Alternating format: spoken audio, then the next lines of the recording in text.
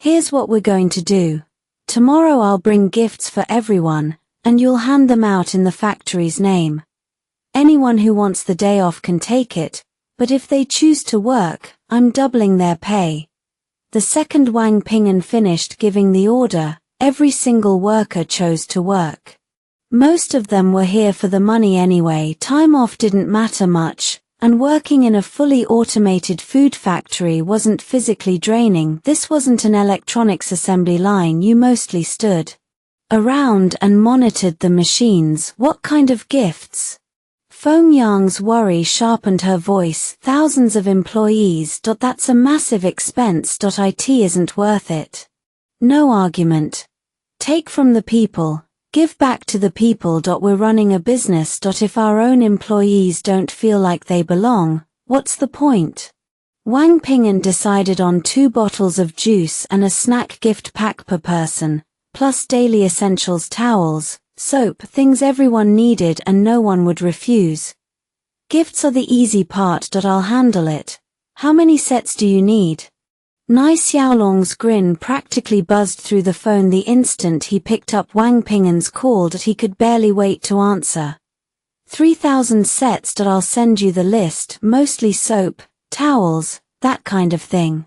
Wang Ping'an made it clear. Quality first. Brand names if possible. Nothing cheap that would embarrass the factory. You're giving these away? Nai Xiaolong finally caught on. He'd assumed Wang Ping'an was expanding into a new product line. Tomorrow's a holiday. I wanted to get the employees a little something, just a token.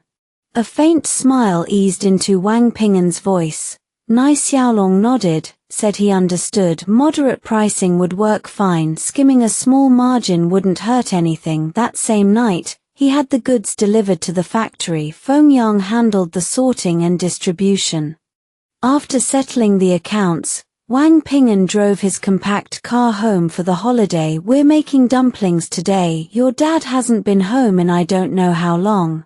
Elena's voice carried a note of disappointment. When a man stayed away from home too much, something always felt off. She could already sense a vague unease, and she planned to question him thoroughly the moment he walked through the door. Kids, Daddy's home.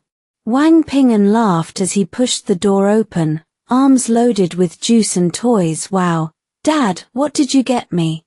Dongmi rushed over.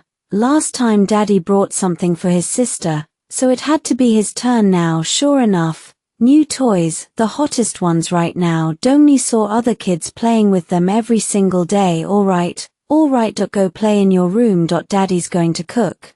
Wang Ping'an set everything down and walked straight to the kitchen. Dumpling wrappers and filling were already spread across the table. Elena stared at him for a second. She almost thought she'd mistaken some stranger for her husband. Since when did Wang Ping'an know how to make dumplings? Okay. What are you hiding from me? I remember you couldn't cook before. You couldn't even wrap a dumpling. She remembered it vividly. The first time they made dumplings at home, Wang Ping'an insisted on helping. Every wrapper either tore open or leaked filling. He'd gotten flustered, completely lost. Some people are just naturally talented. Your husband's a man of many skills. Wang Ping'an washed his hands and started wrapping. The dumplings came out plump, generously filled, even cleaner than Elena's. Where did you learn to do that? I've cooked every meal for 6 years. 6 years, not once have you touched a stove. She slammed a wrapper into the water, genuinely furious.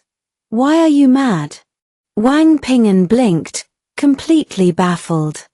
He hadn't expected his wife to explode like this, and so loudly. Whatever he said, she refused to come out of the bedroom helpless. He finished wrapping everything himself. He cooked a batch for the kids, then started a second. Honey, why are you really angry? The dumplings are ready, fresh out of the pot. Come try some while they're hot. Wang Ping'an held up a tray, coaxing her. No, you already know why I'm angry. You're hiding things from me, so many things. Those words hit him. Wang Ping'an realized his slip-up.it was the cooking. Back then, he'd always been the one in the kitchen. It was second nature. But how was he supposed to explain it now? I learned from old Jiang. Is a cook in the cafeteria. I wouldn't have pushed myself if I didn't need to help out. Really? Elena stared straight at him, her gaze sharp enough to cut through steel. It was terrifying. He had to soothe her. Otherwise, this jealous woman would start imagining all kinds of things. Of course it's true, every word is solid. In my past life I loved you, Elena, and in this life, I still do.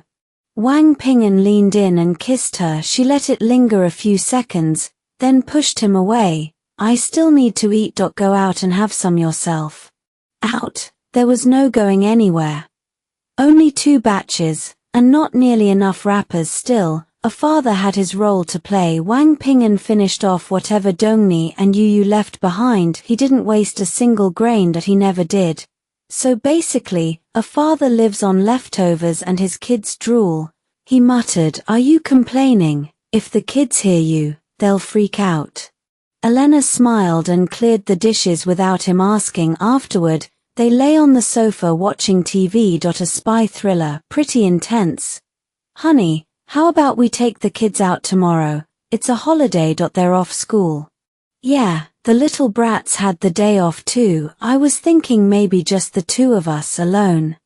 Don't you think Dongmi and Yu might be in the way?" Wang Ping'an forced the last words out. As much as he hated saying them, nothing mattered more than their time alone.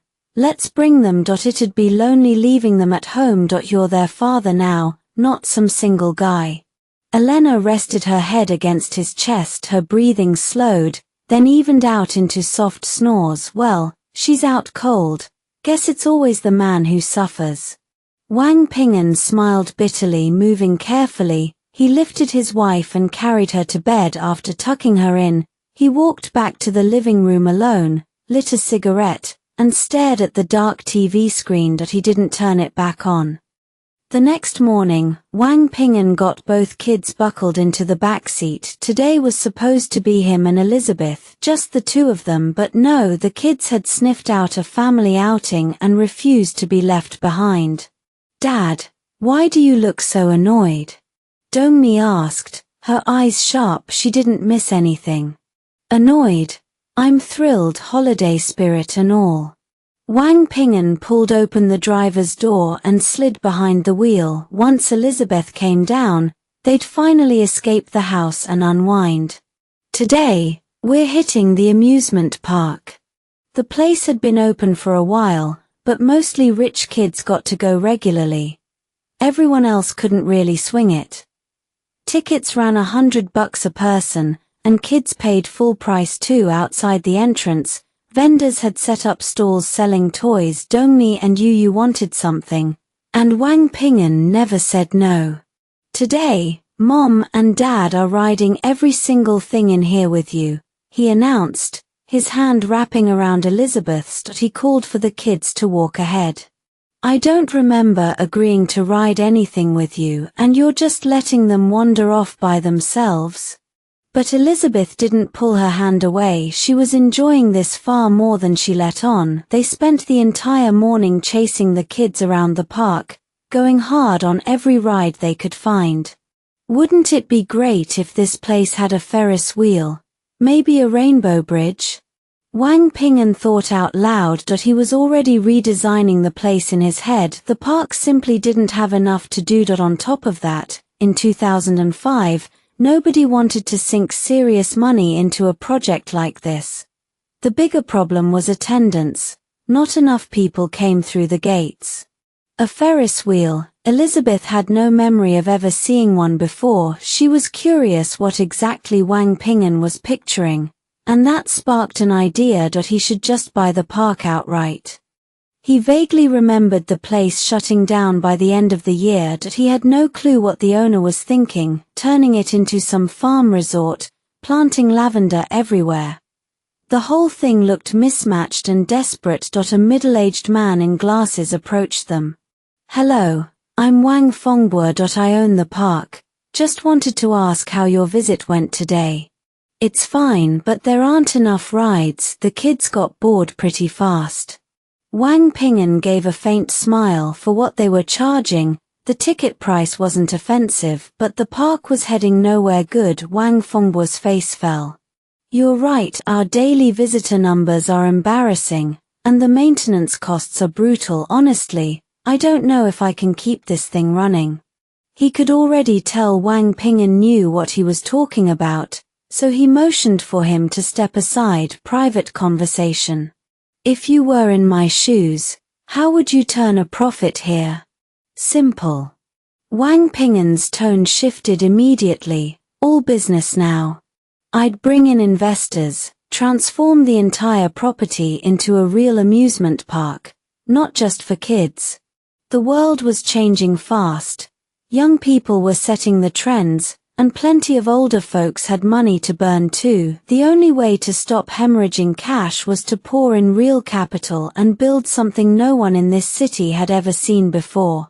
And where exactly do I get that kind of money? This park cost me 10 million.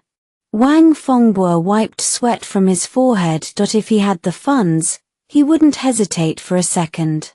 10 million? Wang Ping'an raised an eyebrow. You got robbed. I'd value this place at 2 million. Tops. Don't try to bluff me. The land plus everything on it. Most people only just realized there's even a park out here. He cut straight through the nonsense. Wang Fengbo couldn't help but respect him for it. I'll provide the capital. But I take 60% of the shares. If that works for you, I'm ready to go all in. Wang Fengbo hesitated for a long moment. Then he invited Wang Ping'an and his family into his office. He pulled out the contract and his ownership documents. The park had actually cost 8 million to build. I'll invest 12 million. Everything goes my way, Wang Ping'an said, lifting one eyebrow. He could transfer the funds the moment Wang Fengbo agreed. Deal, but you need to convince me why we're doing this. Wang Fengbo was a businessman. He'd opened this park expecting to get rich, and since the whole city didn't have a single legitimate amusement park, this place had gotten stuck with the reputation of a countryside farm stop. The full cost for a proper park would run 100 million, so we take it step by step. We start with the Ferris wheel, Wang Ping'an said. Once the wheel was up, everything else would follow. The park needed to close for renovations immediately. I'll go apply for a loan, but your share of the cost. Wang Fengbo hesitated again. Wang Ping'an was buying in, but the 12 million only covered the equity stake. He needed to bring more to the table. Don't worry about the money. Wang Ping'an's voice was calm, absolute. If I wanted to do this alone, I'd just buy you out right now. Wouldn't that be simpler? He hadn't done that for two reasons. Point 1, he didn't want the headache of day-to-day management. Point 2, the future looked promising. But that didn't mean he needed to park all his cash in one place. After they signed, Wang Ping'an told Wang Fengbo he'd wire the funds within a week. The park could close operations in the meantime. How do I contact you? Wang Fengbo asked, still a little stunned. He'd never dealt with anyone who moved like this. My name is Wang Ping'an. Here's my card. The second Wang Fengbo heard the name, everything clicked. The card made it all obvious. In this city, you could get away with not knowing the other big players, but you had to know Wang Ping'an. His industrial park alone was worth many times more than this little amusement park. Mr. Wang, it's settled. I'll find you in a week. They shook hands. Wang Ping'an left with his wife and kids. Did you just make another deal? Elizabeth asked, still trying to piece it together. She'd heard him toss around 12 million like he was ordering takeout. Where did he keep getting that kind of money? Just a small investment. Wang Ping'an patted Yu Yu's head. Now the kids can play here whenever they want, free of charge. It was obvious why Yu Yu was way more excited about this place than Dongni was. At noon, they stopped at the newly opened fast food joint and grabbed a family bucket. The chicken wasn't cheap, $68 for a bucket, while a burger outside went for $3 each. Wang Ping'an tore into a drumstick and glanced back toward the park gates. This was going to work. The foreign brands had their appeal, but the franchise fees were brutal.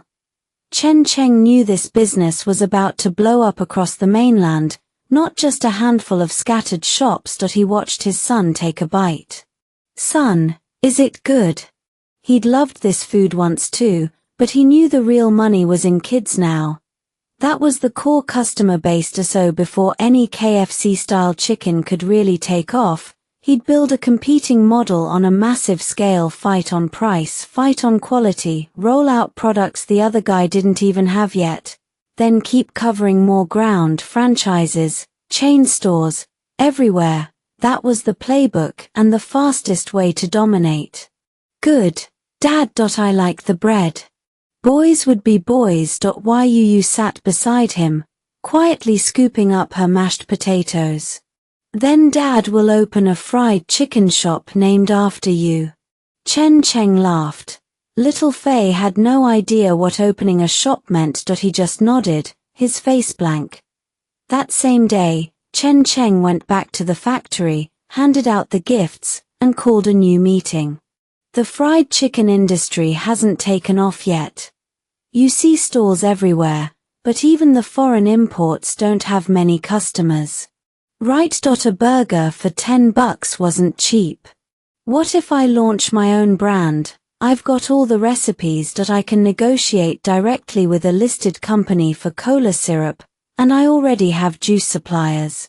Chen Cheng laid it out with a smile. He'd already mapped the whole plan. That saves a lot of money, but how do you plan to fight a price war? Cutting prices is easy, raising them is hell. Zhu Kaiyang made a good point. The management team agreed. Even Feng Yilu thought the risk was too high, better to coast on the food factory's existing business. That's not my style. How do you get rich just coasting?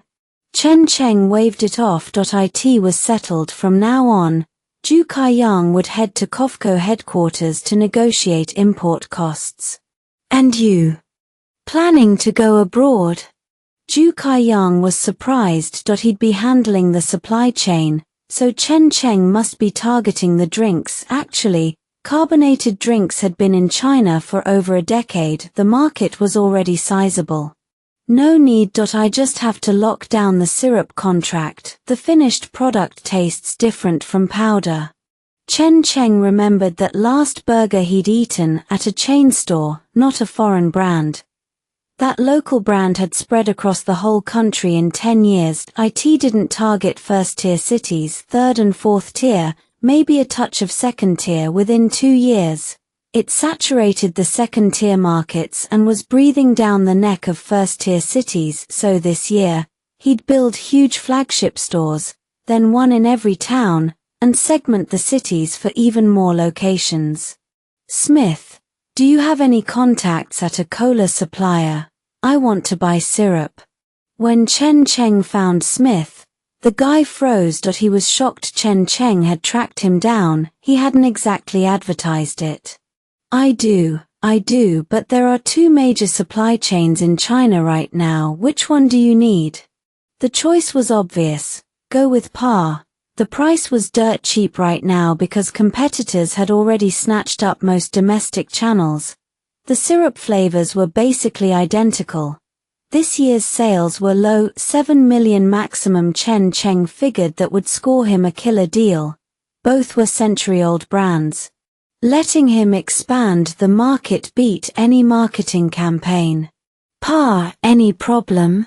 "No problem. I'd be thrilled to work with you. Let me set it up." Smith talked big, but honestly, he was small time in front of those people. He could make an introduction, but the deal hinged on Chen Cheng's pitch. "This is Amos, the head of Pa nationwide. Is in charge of all supply for Southeast Asia." The foreigner standing before Chen Cheng had a sharp nose and a permanent sneer. It rubbed Chen Cheng the wrong way, but that kind of prejudice wasn't new. It had been around forever. To earn their respect, he had to show real strength. Otherwise, nothing would get done. I heard you want to franchise with us for the syrup. Yes. I want the lowest price for what I need, and I intend to become your biggest buyer in this country. Chen Cheng said it straight. Smith couldn't help but cough at that. I've heard that kind of ambition too many times. You know what happens to arrogant people? Amos chuckled. He wasn't trying to crush Chen Cheng, it was just reality. Of course I know your first half output was only 3 million, and it's going to drop in the second half. I'm the only one who can double your sales. Amos nearly froze. If this weren't their first meeting, he'd think Chen Cheng was a top exec at par. That's a dangerous statement. I don't know who fed you those numbers, but I can assure you they're baseless. Amos insisted Par was doing just fine and didn't need any distributors. I said buyer, not distributor. My channels will triple your annual output, believe it or not. This time, Smith couldn't take it. He wanted to distance himself and hurried out. Chen Cheng wasn't surprised. Plenty of people didn't believe him until they had to. That was just how it worked. Seeing was believing. All right. How much are you planning to order? Smith's face went stiff. It depends on my store demand. I'll need to follow your gas cylinder operations too, and I can make your brand the biggest carbonated drink in this country. Chen Cheng said he wasn't bluffing. After all, the Coca-Cola brand was older, and its annual output already beat Par. Fine. I'll give you a very low price, but listen, supply is limited. If you don't hit your target, you buy at full price. Amos offered another option, buy out all the inventory. That would lock in his profit and keep their relationship solid. Wang Ping'an turned down both options. Ping'an was about to hit a supply wall, and he made that clear. I like your ambition, Wang Ping'an, but reality is reality. I'll give you 1 month. Show me Ping'an's sales numbers, and I'll give you a price nobody else can touch. After that, Ziegler led him through the warehouse. The machines came free of charge. Maintenance, though, that would need their own engineers. That's fine. I've seen enough. Wang Ping'an handed over his business card. My number's right there, call me back. The moment the other man's digits flashed on his screen, Wang Ping'an hung up. Done and dusted. No more questions. He already had his own storefronts lined up, though snagging a prime spot wasn't going to be easy. Here's the layout blueprint. Thoughts? With Feng Yang out, Wang Ping'an called Wang Qiong and Feng Mingdong over to weigh in. Tables directly impact sales. Aren't we being a little stingy with the count? Wang Qiong didn't finish the thought. His face said it all. Bad idea. Nothing wrong with it. This is fast food, quick turnover, not a sit-down restaurant. Wang Ping'an walked them through it. They didn't need many tables. If the space was big enough, they could add a second level later. But no matter the size, one thing was non-negotiable, a kids' play area tucked into the corner. The moment he brought up the play area, everyone froze. They had zero clue what that was supposed to look like. Don't worry about that. I already have the menu and meal combos ready. Feng Yang will be back soon. Wang Ping'an had all the recipes in hand. He'd sent Feng Yang not only to negotiate partnerships but also to haul back the first batch of supplies. Boss Wang's fleet went with him. Now all Wang Ping'an had to do was wait until tomorrow and flip the entire restaurant. 3 hours later, Feng Yang finally showed up, arms straining under the weight of the samples. Wow. That's a lot, Wang Ping'an said. Supplies are all identical, but we still have a mountain of equipment to order. The factory's already on it. Feng Yang's work ethic put Wang Ping'an at ease. No hand-holding required. The guy handled everything smoothly. Grab the cooking oil and a pot. Today you're going to taste what real Western-style fast food is supposed to be. Wang Ping'an knew this wasn't strictly authentic Western fast food. He'd adapted it for local palates. That was the point. Make it easy to love. We'll run proper training in a few days. For now, consider this a preview. This pot is for deep frying everything. Timing is everything. He walked them through it. The chicken nuggets needed exactly 3.5 minutes. That window gave them a crispy shell and tender meat inside. Every batch came out at exactly 3.5 minutes. After draining the oil, Wang Ping'an waved everyone in. The first bite hit with a satisfying crunch. But what really landed was the clean, natural flavored, no extra seasoning required. I swear this is the best thing I've ever eaten, Feng Mingdong said. The texture is unreal. He swallowed fast and reached for another piece. Eat as much as you want, plenty more raw stock. Fill up, then we keep moving. Wang Ping'an laughed. Feng Mingdong yanked his hand back, suddenly self-conscious. Next up, the fries. Pre-cut, frozen, straight into the pot. Everyone stared at the bubbling oil, swallowing hard. You're telling me a potato can taste that good? I'm not buying it, Wang Chong said, arms crossed. The moment Wang Ping'an squirted sauce over them, Wang Chong's mouth clamped shut. Totally different flavor, Wang Ping'an said. Come on, hurry up. Next one. They demolished the fries. After that came the marinated chicken wings and thighs, prepped for the special recipe. Those needed half an hour to marinate, so they set them aside for now. All fast food works on the same principle. The cooking oil seals in the juices. That's what makes it taste right. Wang Ping'an smiled and told them to cut the power. The oil in the pot, toss it. Why? That's a ridiculous waste. Feng Yang stepped forward, genuinely thrown by the extravagance. Reusing cooking oil after it cools ruins the quality. If we want the best taste, we do it this way.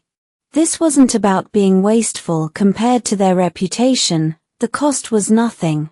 Adults couldn't resist this kind of temptation. Kids would be even easier. Once this campaign launched, Wang Ping'an knew he'd create something huge. Get your heads together on the storefronts. I start overseeing everything tomorrow. If any link in the chain fails, you answer to me. With that, Wang Ping'an waved a hand and walked out. Another day of non-stop hustle. He checked his account balance and nodded.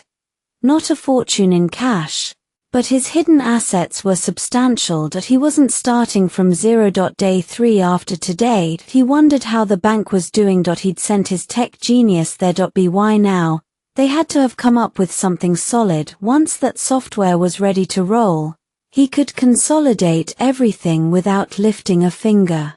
Mr. Wang, long time no see. Wang Ping'an frowned. The man in front of him looked familiar, but the name didn't surface. Then it clicked. An old neighbor from his previous apartment. The guy who'd never given him anything but cold stares. So what did he want now? Hello. Is there something I can help you with? Wang Ping'an motioned toward a small stool. This wasn't an office, just a couple of basic chairs. The man shifted awkwardly but Saturday. I wanted to ask, are you hiring at your food factory? He explained that a distant relative needed work. Since Wang Ping'an had so many connections, surely he could squeeze in 1 or 2 people. And they'd been neighbors for years. Surely they could figure something out.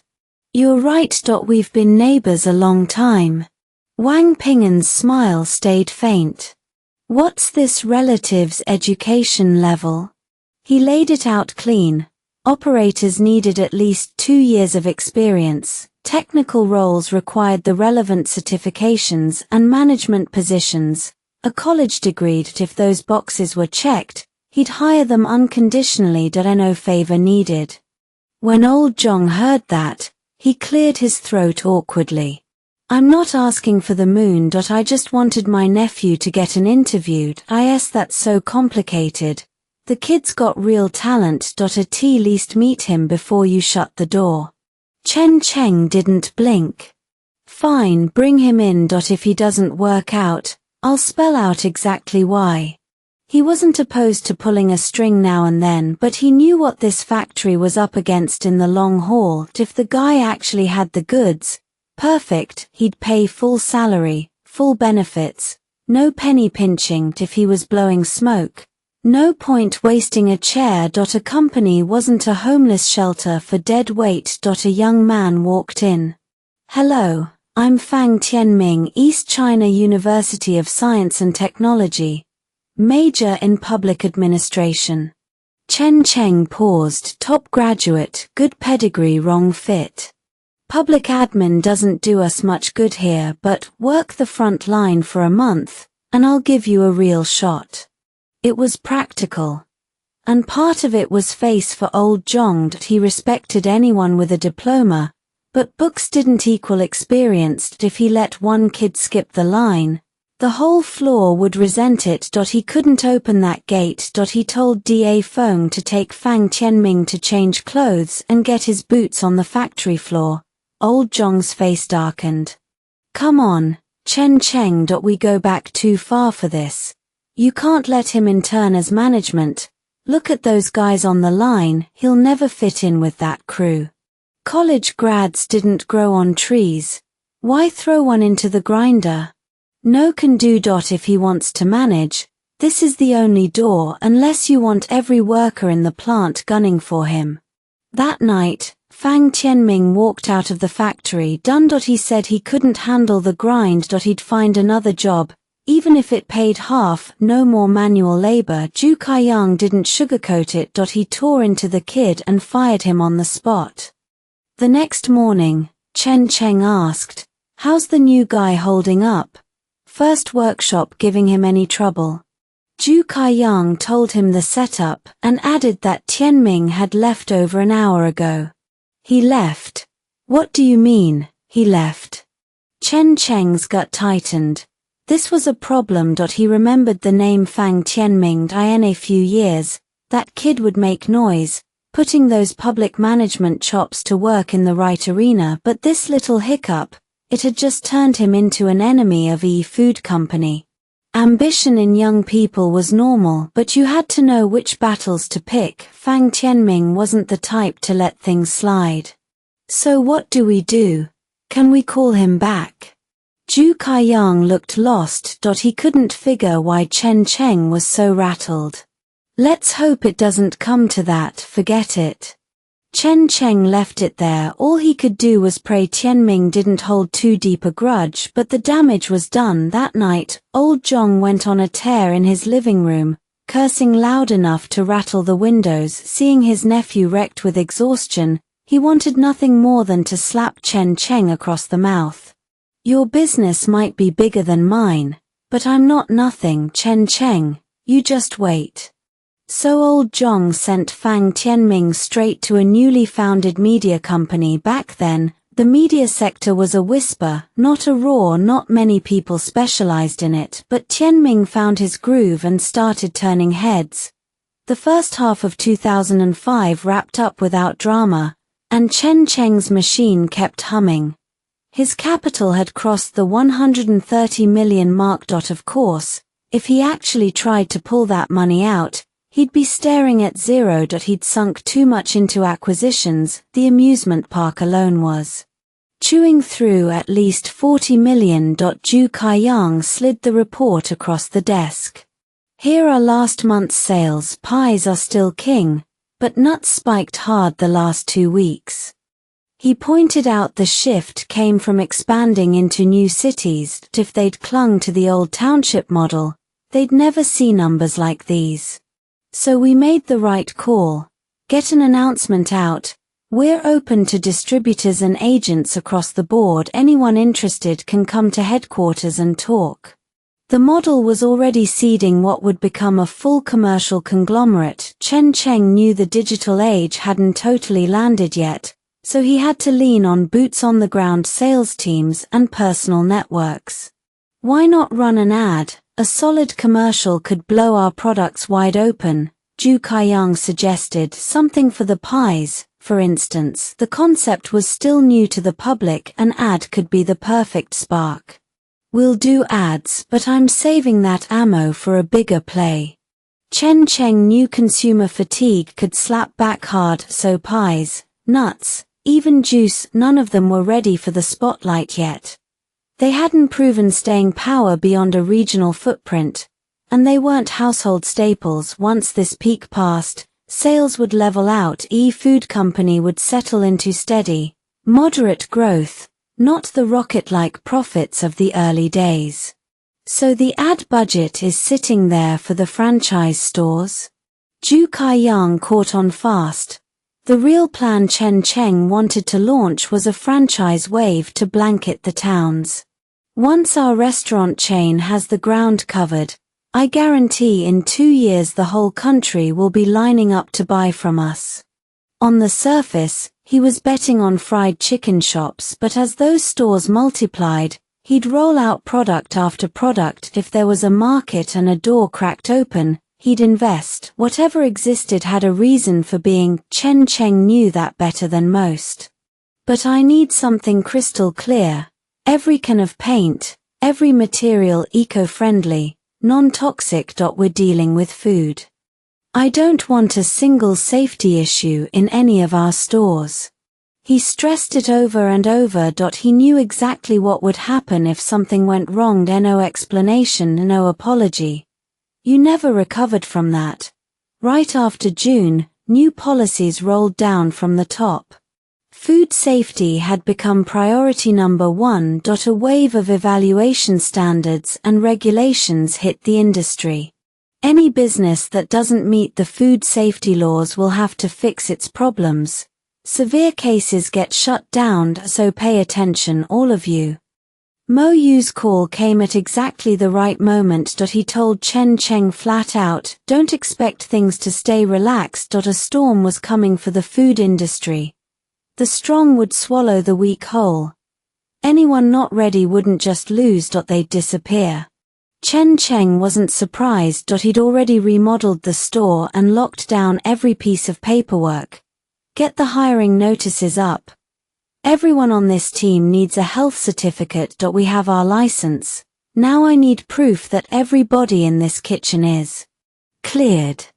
Back then, most staff would have shrugged it off. Servers, cashiers, why bother with a medical exam? But Chen Cheng was playing the long game. If he ever wanted a real business, these steps weren't optional. They were the foundation. He glanced at the ice machine and the soda dispenser. Did the equipment arrive?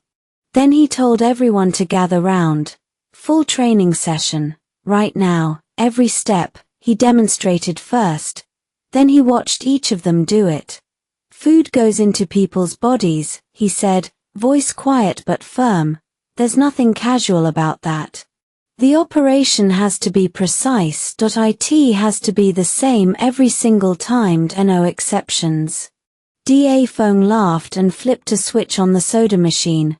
Only water trickled out. I haven't taught you how to use it yet, Chen Cheng said. You think pressing a button just magically pours a cola? The whole system runs through a water purifier. That soda machine is the most expensive piece of equipment in this store. Combined with the purification unit, it's heavy and it cost me a fortune. If something lighter hits the market later, I'll swap it out in a heartbeat. But right now, this is the technology we've got. Pay attention. Cola comes from syrup and co. Memorize the ratio, memorize every step. He demonstrated right in front of them. Truthfully, he'd never touched one before. A foreign engineer taught him. But after half an hour of cycling through, the machine was dispensing cola without a hitch. Chen Cheng cracked a smile. Get some ice. Let's find out what a $5 drink really tastes like. He opened the ice machine and poured a cup for everyone. Da Feng snatched his first. Let me try. He tipped the whole cup back in one long swallow, then let out a satisfied belch, eyes wide with drama. Damn, I've never tasted anything this clean. I swear every cola we ever had before was fake. Whoa. So cold. This is incredible. Most of the staff had only tasted cola a handful of times. Even when they could afford it, it wasn't an everyday thing. As long as it tastes good, That's what matters. Here's the menu. I'm walking you through every single item, start to finish. Chen Cheng powered on all the machines and laid down the rule. Starting tomorrow morning, they followed this exact process, no panicking, no improvising. From the cutting station to preheating the fryers to mixing marinades, he set specific times and clear steps. Only when every last person had nailed their part did he finally let himself breathe. Now I'll teach you how to clean. This is the hose. We treated the drainage system, so you can spray the floors directly, but leftover scraps can still clog. The pipes, scoop them out and toss them first. He had everyone start scrubbing. The schedule was strict, 10 in the morning to 10 at night. 12 hours total, with breaks and meals built in. Unapproved absences weren't tolerated. Leaving your station mid-shift was out of the question. No personal clothes in the kitchen. And no one walked out of this store wearing their uniform. Those are the basics. I'll be here watching tomorrow. After the shift ended, Chen Cheng stayed behind to set up again. The cashiers had the heavier lift. They needed the menu memorized cold and had to ring up orders fast. Tang Xing pushed through the door with a stack of posters and banners, then he froze. The place had been remodeled practically overnight.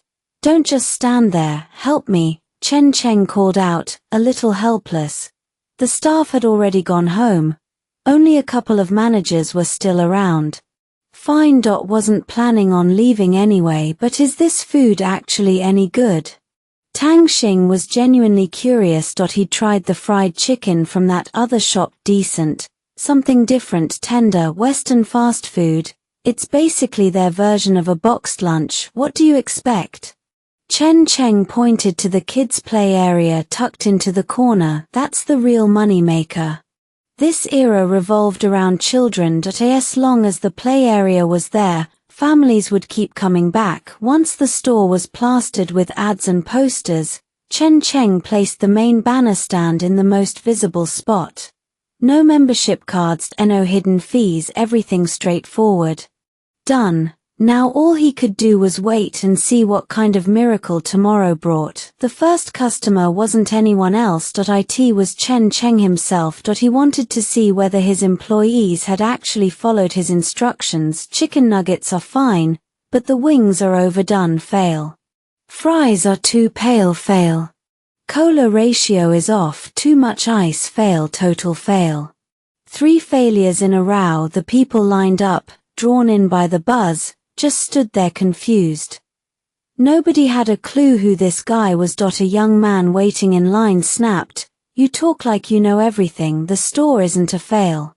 Chen Cheng turned to him, unruffled. "You don't think so?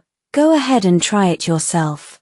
He waved a server over and passed along every piece of feedback. The server rushed it straight to the kitchen. Everyone inside promised they'd make it perfect, and no doubt about it. Before the place even got busy, Chen Cheng's standards had already set the tone. "Sir, you brought your kid, right? We have a kids' meal just for children." The cashier smiled at the man with a little girl. "Okay, I'll take one kid's meal." The middle-aged man eyed the long line. "You won't make me wait forever, will you?" "No, sir, we're fast, bear with us." The server led them to a table and pointed out the free play area inside. When the kids' meal arrived, everyone stared. Nobody expected a fried chicken place to toss in a toy. "That's a kid's meal. Can one person really eat all that?" someone muttered. The server shrugged. "Menus set by the company. Guess they're feeling generous." Kids started clamoring for the kids' meal, and adults got curious about the snacks. A tea first. Nobody touched the family bucket combos. $6 to $9 each gave people pause. "There ain't a thing in this city I can't afford to eat." A portly man waddled in belly first. "Move aside, folks. I'm gonna eat my fill today." He looked like some spoiled rich kid, marched straight up and ordered 2 of the priciest buckets. Even after seeing the massive portions, he shook his head and said it still wouldn't be enough. "Here's your cola, 12 cups total." The server set them down, and Pachin Mo's suggestion, slid an empty cup onto the tray for icy. No ad was needed when all that food spilled across the tray. Every head turned. Huge chicken pieces, burgers, snacks.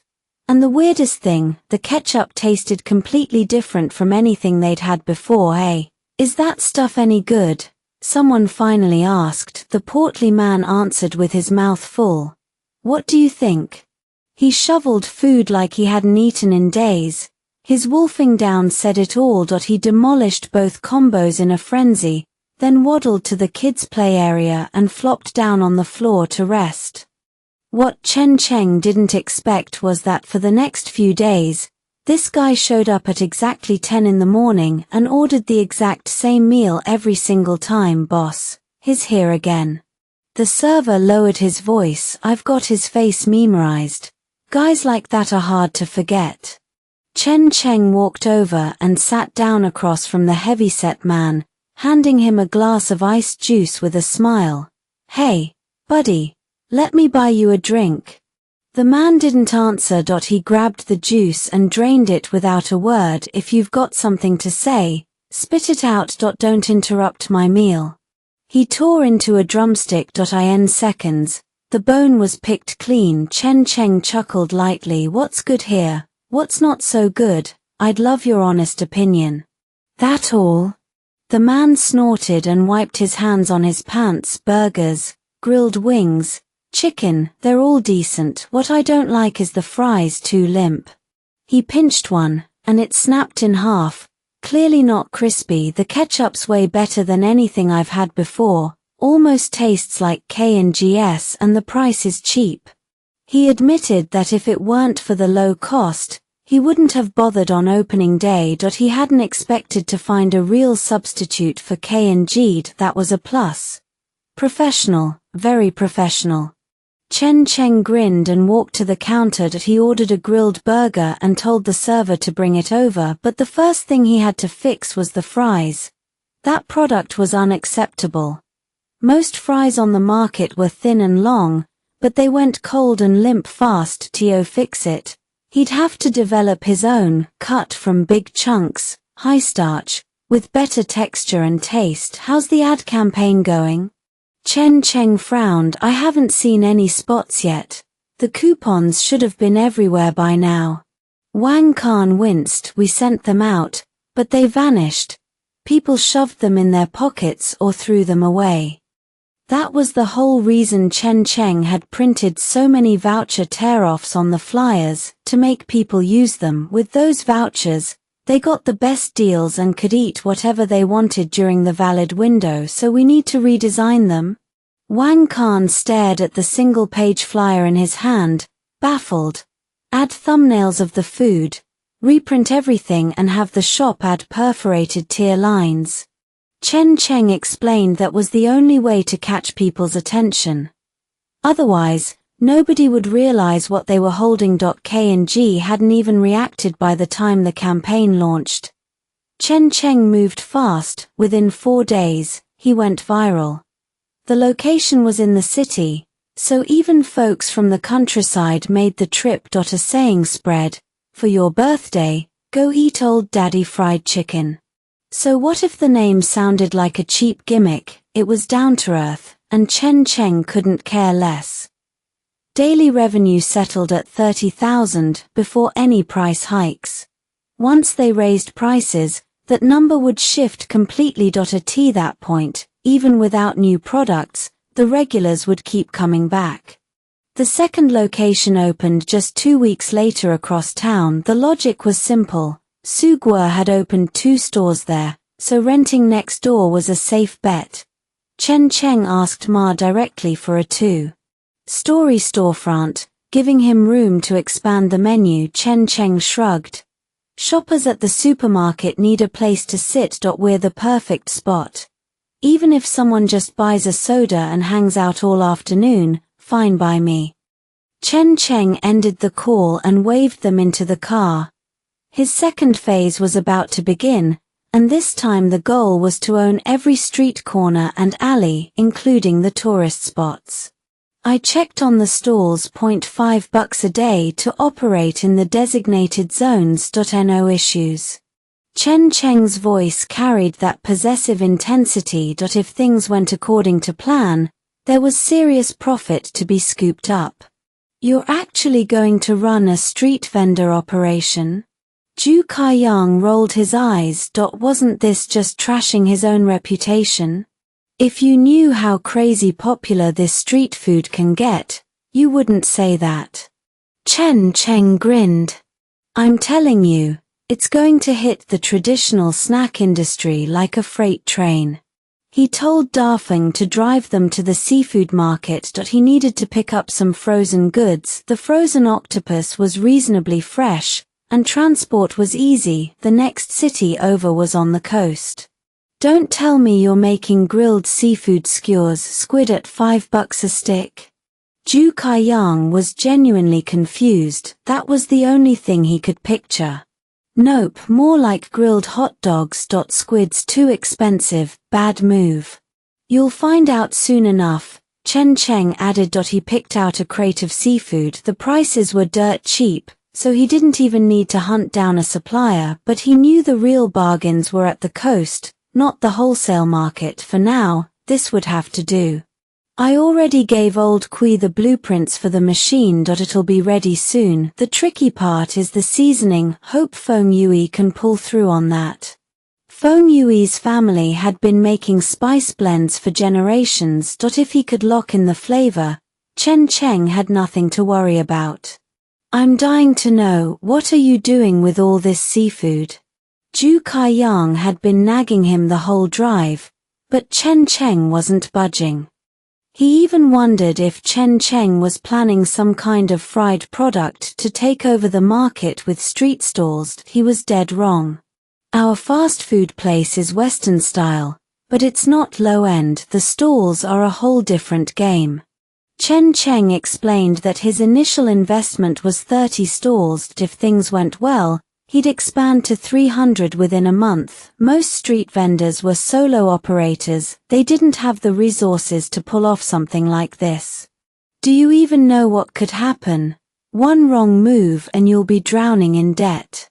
Zhu Kaiyang pointed out that while the small stalls could see decent turnover, it was all low-margin business. Seafood wasn't something you could just throw out there, raise the prices, and nobody buys. Chen Cheng would end up stuck holding the bag. Better to play it safe. I don't overthink things. If you overthink, it stops being fun. Chen Cheng started mixing the batter, turning the flour into a thick paste and setting it aside. About half an hour later, old Kui delivered the machine. It wasn't big, just needed a burner to run. The key part was the iron mold on top. If they'd had a modern electric griddle, this would be nothing. But this era didn't have that yet, so Chen Cheng had to go old school. Today's project, takoyaki octopus balls. 1 or 2 pieces per mold, keep them small.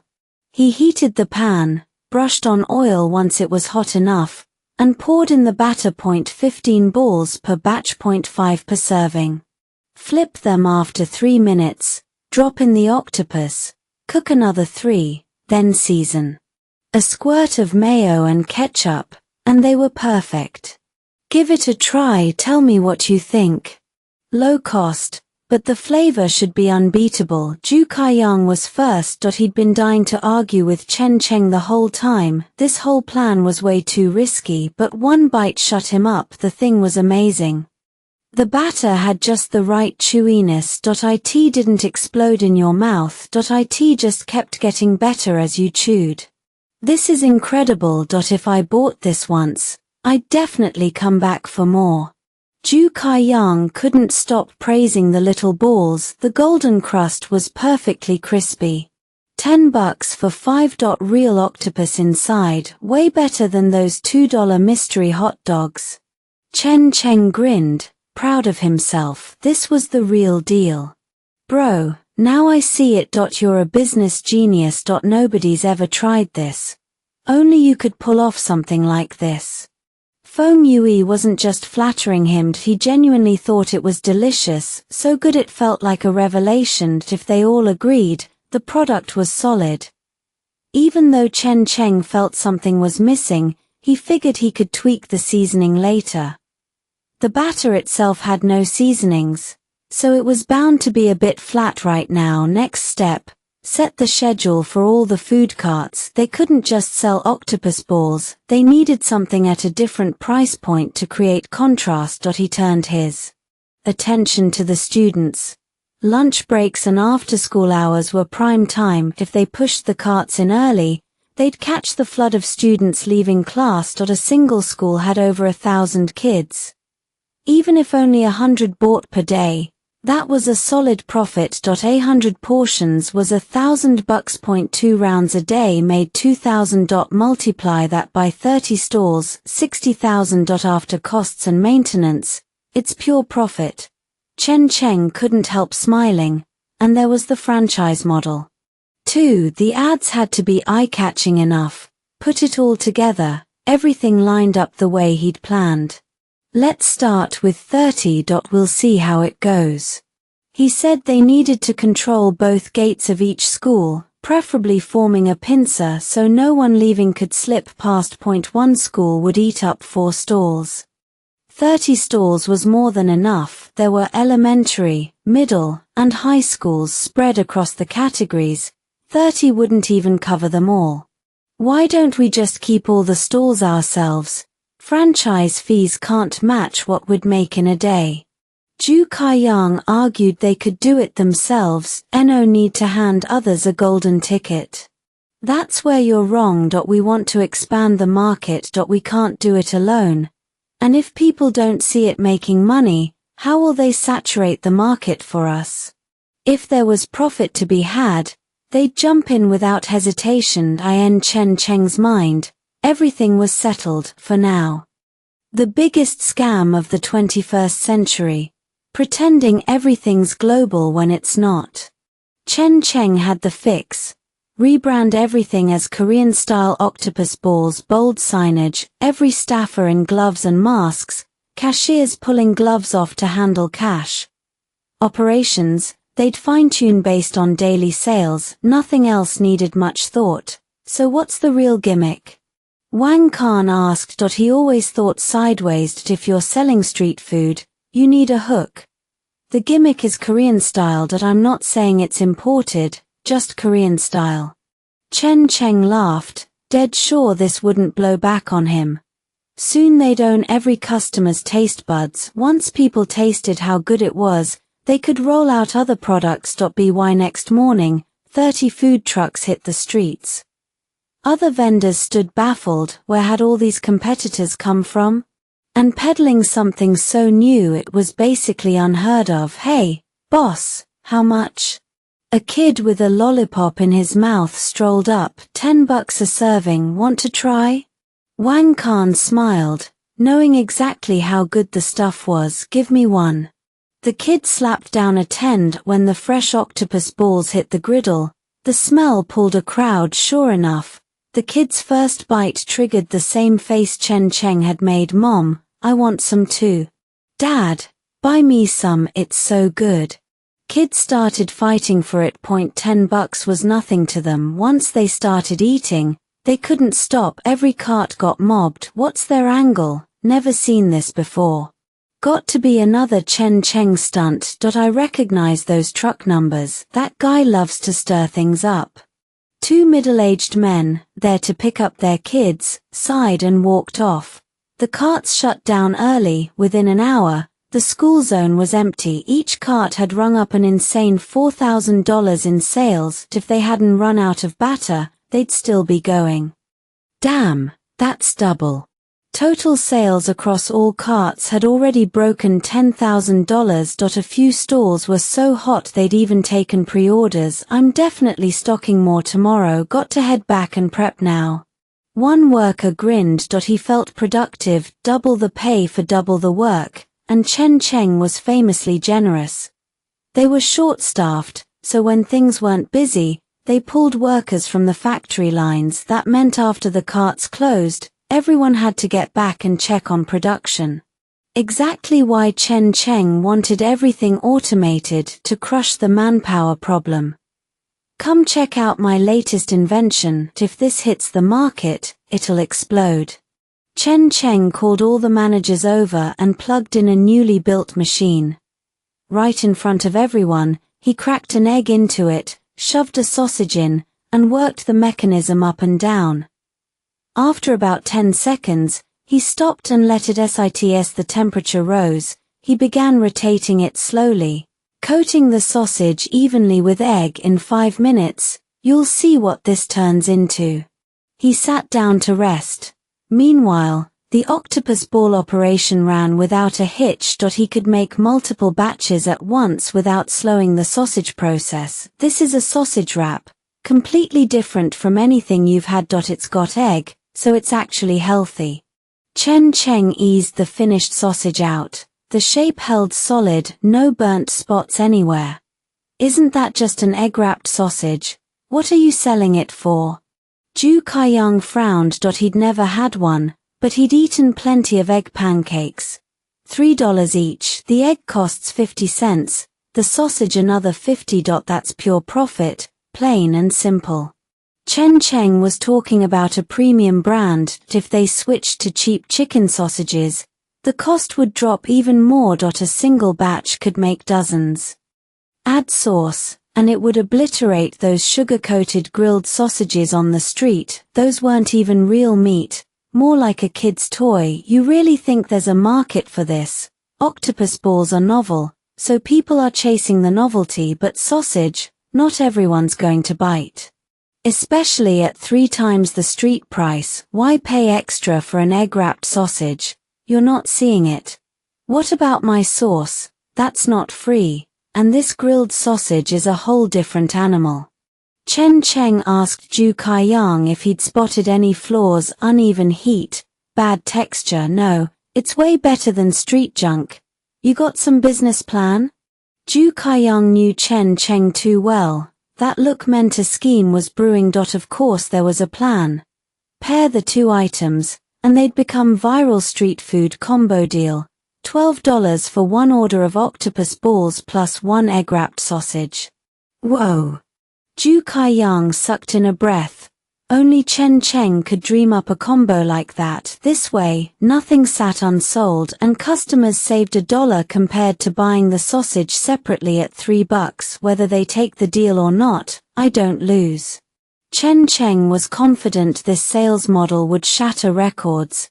Nobody would even see the trick. You're right, but have we considered we might be ripping people off a little? Zhu Kaiyang looked uneasy. The high price point could kill them as long as we're not losing money, and if it doesn't sell, I've got a dozen other ideas. Food has to appeal to the masses anyway. Chen Cheng didn't mention he was already eyeing the breakfast market. He wanted to seize control of the city's entire food supply chain. There was another eating trend that hadn't caught on yet, and he was already developing it. If everything went as planned, after the big launch, every production line would be stuffed with new products. By then, he'd stop contract orders and switch to a full franchise model with wholesale retail. That road never ends. By the time they set up the stall the next day, Wang Ping'an's phone was blowing up. Dozens of people had reached out about franchising. They wanted in, but nobody understood the requirements or the structure, so they all wanted to come see the facility for themselves. Tell them yes. Anyone who wants to franchise can come straight to Food Factory. Wang Ping'an thought it over and decided against using his current factory address. Instead, he chose the old breeding farm, the original first-generation Wang Ping'an Food Factory. There was plenty of open space, enough rooms, and the equipment was still in good condition. Training franchising.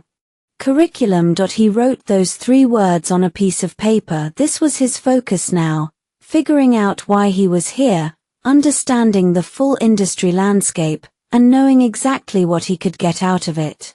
The total franchise fee is $5,000. But before that, I'll run a training course. The course is free. If you decide to franchise, you pay a $100 course fee. If not, no charge. When Wang Ping'an said that, a lot of people looked confused. Why pay if you're franchising, but nothing if you're not? Mr. Wang, can you explain that? If I'm going to franchise, I think the $100 should be waived. A young guy raised his hand. He felt like Wang Ping'an owed them a reasonable explanation on this one point. Right. If you don't franchise, there's no fee, but next time you want in, you'll have to pay, won't you? Wang Ping'an explained that the $100 covered trade secrets, and since the session didn't reveal much, it made sense to charge. Everyone found that easy enough to accept, so nobody complained. Let me be clear. Franchising is your own choice. The $5,000 covers the machine cost, routine maintenance training, and a full starter kit of materials. He added that none of those materials were available on the open market. They were proprietary recipes. Plus, the systematic training was legit. With that, he pulled on his gloves and demonstrated how all the machines worked. It was impressive stuff. But not once did he mention how to actually make anything. He only explained the mechanics and design, plus uniform requirements and daily communication tips. Mr. Wang, you still haven't told us how to make the product. Isn't this supposed to be training? It was that same young guy again, full of entrepreneurial drive, pushing for answers. Training is training. But that part comes after payment. We have to protect everyone's interests. Wang Ping'an made it clear. If he gave away the know-how for free, what about the people who paid? That would be completely unfair. There was no way he'd allow that. Got it. I'll pay. The young guy pulled out a wad of cash and counted out exactly $5,000. Hold on. I'm not even taking payments yet. Let's finish the whole process first. Wang Ping'an wasn't in a rush to grab money before it was ready to come. He wanted to leave a good impression. Yes, he was a businessman, but not the greedy kind. That move earned him a lot of goodwill, and nearly 90% of the people chose to franchise. Mr. Wang, I'm not saying no because I don't want to. It's just, I'm not sure this model can turn a profit. A middle-aged man spoke up awkwardly. He admitted he didn't have the nerve to take that kind of risk. No worries, maybe next time we'll find a way to work together. Wang Ping'an smiled and patted him on the shoulder. Every potential customer could become a real one someday, so even if the deal fell through, the goodwill remained. That was his philosophy. No need to beat around the bush. Mr. Wang, I listened to your whole lecture. Aren't you going to show us how it actually works now? The young guy was impatient. He couldn't wait to try it himself. After watching Wang Ping'an's first demo, he grabbed the mixing bucket and started pouring. Slow down. Don't rush. Haste makes waste. Wang Ping'an's warning only made the guy more nervous. His hand slipped, and the whole thing spilled everywhere. Of course, failure was part of the training. Wang Ping'an calmly explained how to handle that situation. Once everyone understood, he moved to the next step. You have to remember 3 minutes. 2 sets of 3 minutes complete the cycle, so you need to control your timing. He took his time explaining, telling them what would happen at 5 minutes and what undercooked looked like. After laying out all the details, he waved for the trainees to start on their own. And honestly, they picked it up fast. Tomorrow we'll cover how to measure and mix the ingredients, but all materials will be supplied by headquarters. He clapped his hands and dismissed the class. Mr. Wang, I still have a lot I don't understand. Could you give me a little extra help? A young woman spoke up. She was pretty, with a fresh out of college vibe, still carrying that student energy. Of course, but I don't have much time.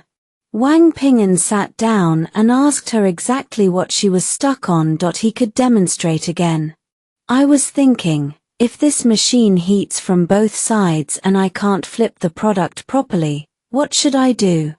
She admitted her hands were clumsy, and the machine was round, hard to control. Oh, that.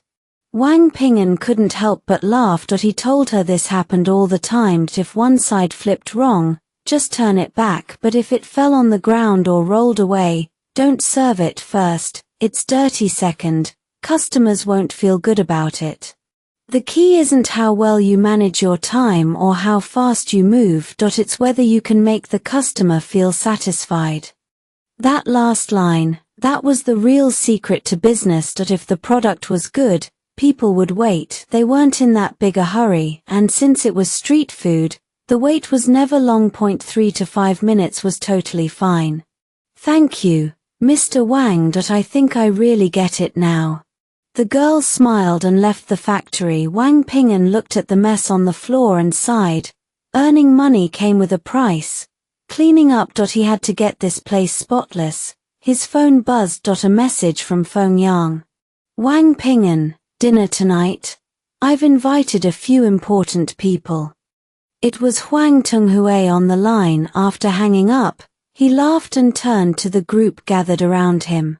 They say Chen Cheng is sharp. Finally, we get to see him in person. No kidding, one of the bosses replied. Normally, we never get a chance. Tonight, we finally sit down and talk. The table was packed with out-of-town businessmen, and putting this dinner together had taken more than just Huang Tonghui. The key player was Kui Xiaoqi. Without him greasing the wheels, none of these men would have flown in so quickly. We've been waiting half an hour. How late is Chen Cheng going to be? The tea had gone cold, and the bosses were getting restless. Sorry, I'm late.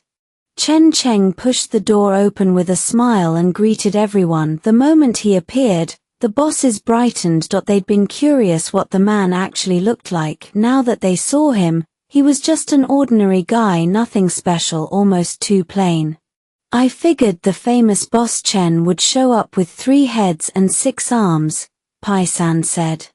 Turns out you're just a regular guy like the rest of us. You flatter me, Boss Pai. I'm just a small-time businessman. I still need all of you to make things work in this city. Chen Cheng sat down slowly, completely at ease. Come, Brother Chen, let me introduce you, Huang Tonghui said. You already know Boss Pai. We've been friends for years. This is Mr. Zun, the general distributor for food trade in the neighboring city. Chen Cheng smiled and greeted Zun Hui. The man seemed more like a scholar than the slick operator the rumors had made him out to be. All 3 of the neighboring city's top business talents were sitting right in front of him. Pai San, Zun Hui, and the last guy, a face Chen Cheng had never met before. Mr. Chen, I'm Wen Daiping. Call me A Wen. The man's thick Cantonese accent made his words feel authentic. Mr. Wen is from Guangdong, right? That accent sounds familiar. You got it, Huang Tonghui cut in. Mr. Wen is Cantonese. He's in the jewelry business, not our line of work, but his distribution channels are incredibly complex. Plenty of businessmen can't even get a meeting with him. They just aren't qualified. The Wen family has been in jewelry for generations. 3 years ago, he was already worth tens of millions. Honored to meet everyone, Chen Cheng said. Let's get the food started, Brother Kui. He gave Kui Xiaoqi a friendly nod. It wasn't easy for 2 old enemies to let bygones be bygones, but Kui had left the business world. The money he'd saved let him live comfortably. Fishing and traveling suited him fine. Pai San filled his glass with a grin. I hear your business model's been aggressive lately, Brother Chen.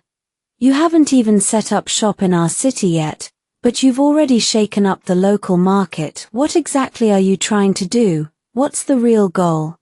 That question was on everyone's mind. Chen Cheng had brought something fresh to the era. Take the takoyaki stand he launched earlier, simple to make, one person could run it. Yet no one else had thought of it. 5 takoyaki for $10, the profit margin was solid. I think a little differently than most people, Chen Cheng said. I'm not focused on how to make money. I'm focused on how to attract people. He went on to explain that what the era really lacked was innovation. It was only 2005. Next year, the year after, new products would flood the market. Old products wouldn't disappear overnight, though they'd shift from being the main revenue source to building brand loyalty. His pies, for example, the ones that started it all, still sold strong, and sales were still climbing. The logic was simple. As long as you haven't saturated the whole country, you don't let a product slide. I can feel your drive, Boss Chen, Mr. Wen spoke up. Are you planning to expand again? He offered his own distribution channels to cover the southern market, strictly as a way to become friends. That would be amazing, Chen Cheng said. We're already expanding into the provincial capital and nearby cities, but the pace is slow and transportation isn't great. I don't have the capacity to go nationwide yet. Even if he could push product everywhere, the shipping costs alone would be enormous unless the volume was big enough. Chen Cheng wasn't about to take that risk. It would mean adding more warehouses and factories, multiplying orders by hundreds just to keep up with supply. How much are you shipping per day now? Pai-san asked. If the numbers are solid, I think I can handle distribution. Business is business, friends or not. The accounts have to be clear, but if this blows up, it's worth it. That depends on what you need. I have a lot of products. Whether they take off in your market comes down to your operating model. Chen Cheng was essentially warning them. Not everyone knew how to make it work. The food industry was different from brick-and-mortar retail. One was retail, the other was chain stores. They looked similar, but neither was a true necessity. Boss Chen, I heard you opened a fried chicken shop. How's that going? That was Zun Hui. He'd come to learn. His city didn't even have a KFC yet, and Chen Cheng had opened a fried chicken joint bigger than KFC. On paper, it sounded absurd. KFC was backed by a publicly traded corporation. Chen Cheng was just a food factory owner. His capital was whatever the factory could front. The comparison was embarrassing. Not everyone could run a store like that. Boss Chen, did you major in economics? Your theories sound like something from overseas. Wen Daiping, the only one in the room who'd been abroad, had been watching Chen Cheng closely. He thought Chen's ideas and execution were at least 3 years ahead of the domestic market, as if everything had been carefully planned. Every move he made seemed impossible to normal people, yet he kept pulling off miracles. I just have a bachelor's degree, Chen Cheng said. Guess I was born for business, but Mr. Wen, let's stay in touch from now on. Chen Cheng paid the check and saved their numbers. Kui Xiaoqi lingered, making an excuse to stay. Is there anything I can help with? He asked, voice low. I can tell you've got a lot on your plate. On the surface, Chen Cheng was killing it. Every business he touched seemed to explode overnight. Expansion at that speed was almost unheard of. Most people couldn't pull it off. It was like the universe handed him a slingshot and aimed him at the moon, but rocket fuel burned fast, cash flow problems. Customer satisfaction slipping. You get it, Kui. Chen Cheng exhaled. Everyone thinks running all these factories at full capacity is a win, but it's bad for the long term. Every production line is locked to my own products. That alone costs a fortune. The day sales dip or we get pushed out of the market, those lines go dark. No way to pivot fast. No investors waiting. The side hustle money won't even cover keeping the lights on. You know why I went under, right? Kui Xiaoqi's tone was dead serious. Because you ran out of cash. Chen Cheng didn't blink. When the factory starves, bankruptcy hits and every weak spot gets exposed. Kui Xiaoqi nodded. Chen Cheng had nailed it, But it wasn't really about Chen Cheng showing up and stealing his business. He'd only sped up the inevitable. Think about it, Kui Xiaoqi said. My Fengyuan food factory was established for years. Yours has been open a week. Why am I the one who's dead? He let out a bitter laugh. If Chen Cheng hadn't opened his factory, Fengyuan would have limped along another month. Maybe the truth was, it was already bleeding from too many wounds. Maybe the whole food industry chain isn't about getting rich, Chen Cheng murmured. It's just about keeping the lights on. Kui Xiaoqi broke it down for him right now. The daily costs, labor, maintenance, utilities, they ate you alive. You think your industrial park is a home run, but you know which parts are profitable and which aren't. Sooner or later, the moneymakers won't be able to carry the dead weight. Then you end up like me. Chen Cheng already knew all that. He just hadn't realized how deep Kui Xiaoqi's thinking went. It's inevitable, Kui Xiaoqi went on. I've had time to think these past few days. Scattering factories everywhere is a dead end. You need brand power and distribution channels. That's the real game. Especially when you're an outsider moving in. How do you win over the locals? How do you make sure the customers don't let you fail? Think about it. If Chen Cheng hadn't tackled those issues head-on, he'd have crashed and burned already. He had money, sure, but the losses would bury anyone. So I need you to help me expand the market, Chen Cheng said, a faint smile crossing his face. 5% of the original shares. This was a new venture. If they played it right, they could cover the entire central region in 6 months. You're that confident? Kui Xiaoqi laughed, but it was laced with disbelief. 6 months to blanket the central region. Do you know how many locations that takes? 800 stores in 6 months would be a miracle, like the heavens themselves lending a hand. Normal speed is 2 or 3 stores in that time, at best. 6 months to dominate the central region. That's the goal. Chen Cheng's gaze was steady. That's why I'm pivoting to brick and mortar, and more importantly, I'm franchising. Let others run the stores. We'll operate the regional flagship. He knew a regional flagship was the linchpin. Without it, logistics would be chaos. You couldn't just sprinkle factories everywhere like fairy dust. That was painfully naive. 6 months. Let me give it a shot. Kui Xiaoqi leaned in as Chen Cheng spread a map across the table. It was marked with third-tier cities that had solid spending power. Pick one. Our next anchor point. We start there and radiate outward. Chen Cheng tapped the map. They had to lock down the location before making a move, otherwise all effort was wasted. You want me to make that call? Kui Xiaoqi froze. That's a lot of trust, don't you think? Handing him a decision like this, he didn't see it coming. He and Chen Cheng had buried the hatchet, sure, but he wasn't really on the inside yet. I trust your judgment. Don't you want a shot at redemption? Chen Cheng's smile was tired. It was tough finding someone who could see the forest and the trees, especially someone as battle-hardened as Kui Xiaoqi. Kui Xiaoqi blinked. His eyes suddenly damp. He pressed a finger to the map on the Eastern Development Zone. Why here? Chen Cheng asked. I'm not second-guessing you, just curious. Walk me through it. He leaned back, all ears. Honestly, this spot carries a lot of risk.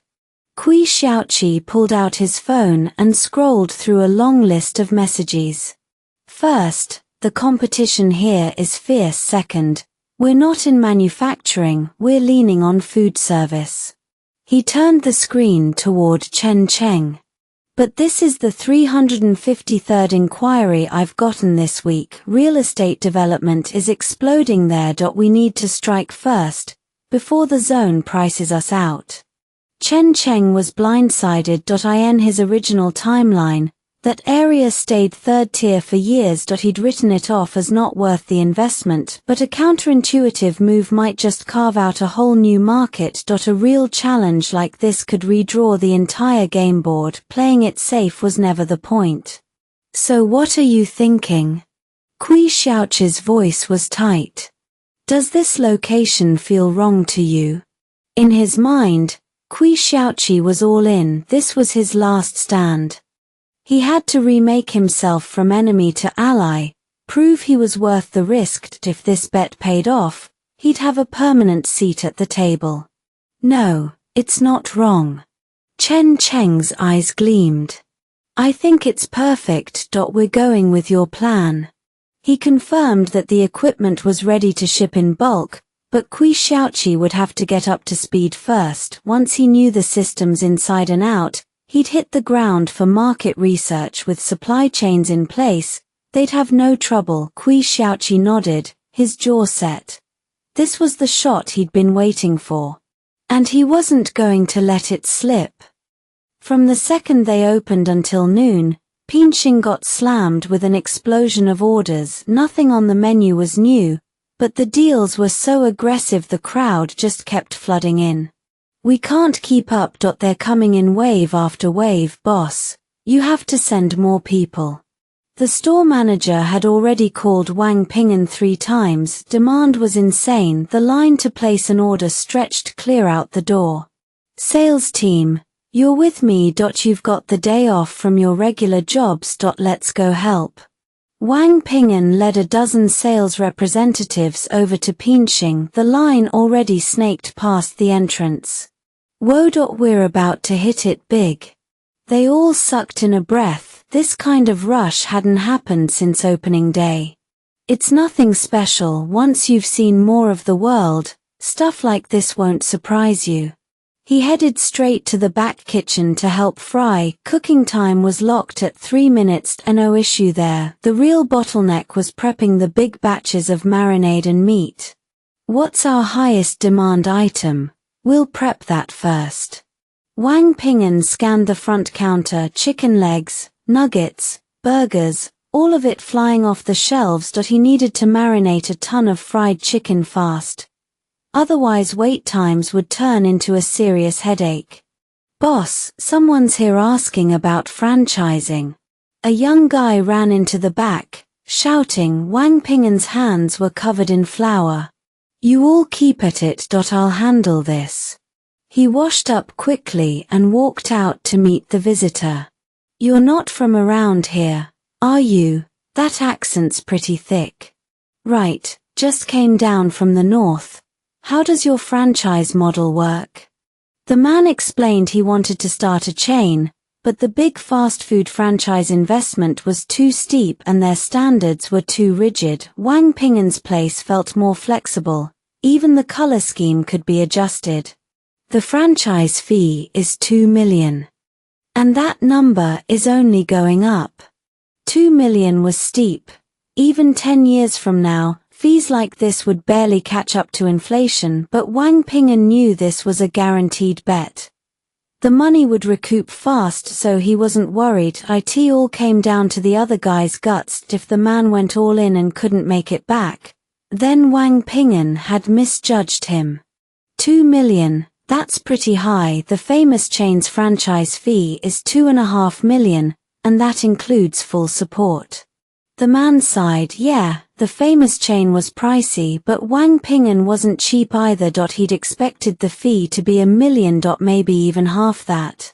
You're wrong. We're an original brand, but we're not worse than them in any way. I can promise you, 6 months from now, we'll have at least 300 stores nationwide. Wang Ping'an's confidence was rock solid. The northern man pulled out his card and swiped, but the amount was too big for a single transaction. They'd have to go to the bank. He asked Wang Ping'an to come along and sign the contracts there. No problem. Wang Ping'an walked out with him and noticed the guy's ride. A flicker of envy crossed his eyes. Nice pagasse. He didn't say it out loud, but the feeling was obvious. I did trading in the north for years. Time for a change of pace. The man said he'd run shipping routes and made good money. The shipping business had always been lucrative. Sure, it still brought in cash, but not like before that if you owned your own fleet, that was different. Annual revenue could hit tens of millions. Hold on, Mr. Wang. They stepped inside the bank. The man asked for Wang Ping'an's account number, and within 5 minutes the money landed. They signed the contract in the bank's lounge, everything by the book. I'll ship the equipment to you. Where are you planning to set up shop? Wang Ping'an said he'd handle all the franchise follow-up. He needed to know if the location was viable, store design was flexible, but the process was his. North Carolina. The man was from North Carolina. He'd chosen to open the fried chicken shop there because he saw the market potential. He pulled out a newspaper. Murdoch Media IT featured a story on Wang Ping'an's fried chicken success. Wang Ping'an hadn't even known his small business had made it into the northern papers. Surprised? Me too, but after checking your background, I realized you're something special. The man handed Wang Ping'an his business card. Use this number to reach me from now on. Great, thanks for your business. Wang Ping'an smiled, waved, and left the bank. Now he had to lay the groundwork fast. North Carolina was thousands of miles east of the coast. That distance didn't matter. That he hadn't planned to expand north this year. His goal was full coverage in the east, but after today, he decided to send Feng Yang up north to start scouting. What? Send me north? That urgent? Feng Yang was stunned. Wang Ping'an had already moved 2 people around in a single day. It's urgent, but stay away from North Carolina. I've picked a spot for you, see if it works. Wang Ping'an pointed to a prefecture-level city south of North Carolina, Island Coast. Island Coast will be a global city someday. Laying the groundwork there and radiating outward is a solid plan. He insisted they buy all properties outright. Renting housing in Island Coast was cheap now, but that wouldn't last. Fine. I'll follow your orders, but you've got to tell me. Is this a spur-of-the-moment thing? Feng Yang knew Wang Ping'an's style. He could get carried away when a big opportunity like this first franchise hit. It's spur of the moment, but I've been thinking about it for a long time. Wang Ping'an's voice hardened. Once we pull this off, the entire region south of the Northern Territories is ours.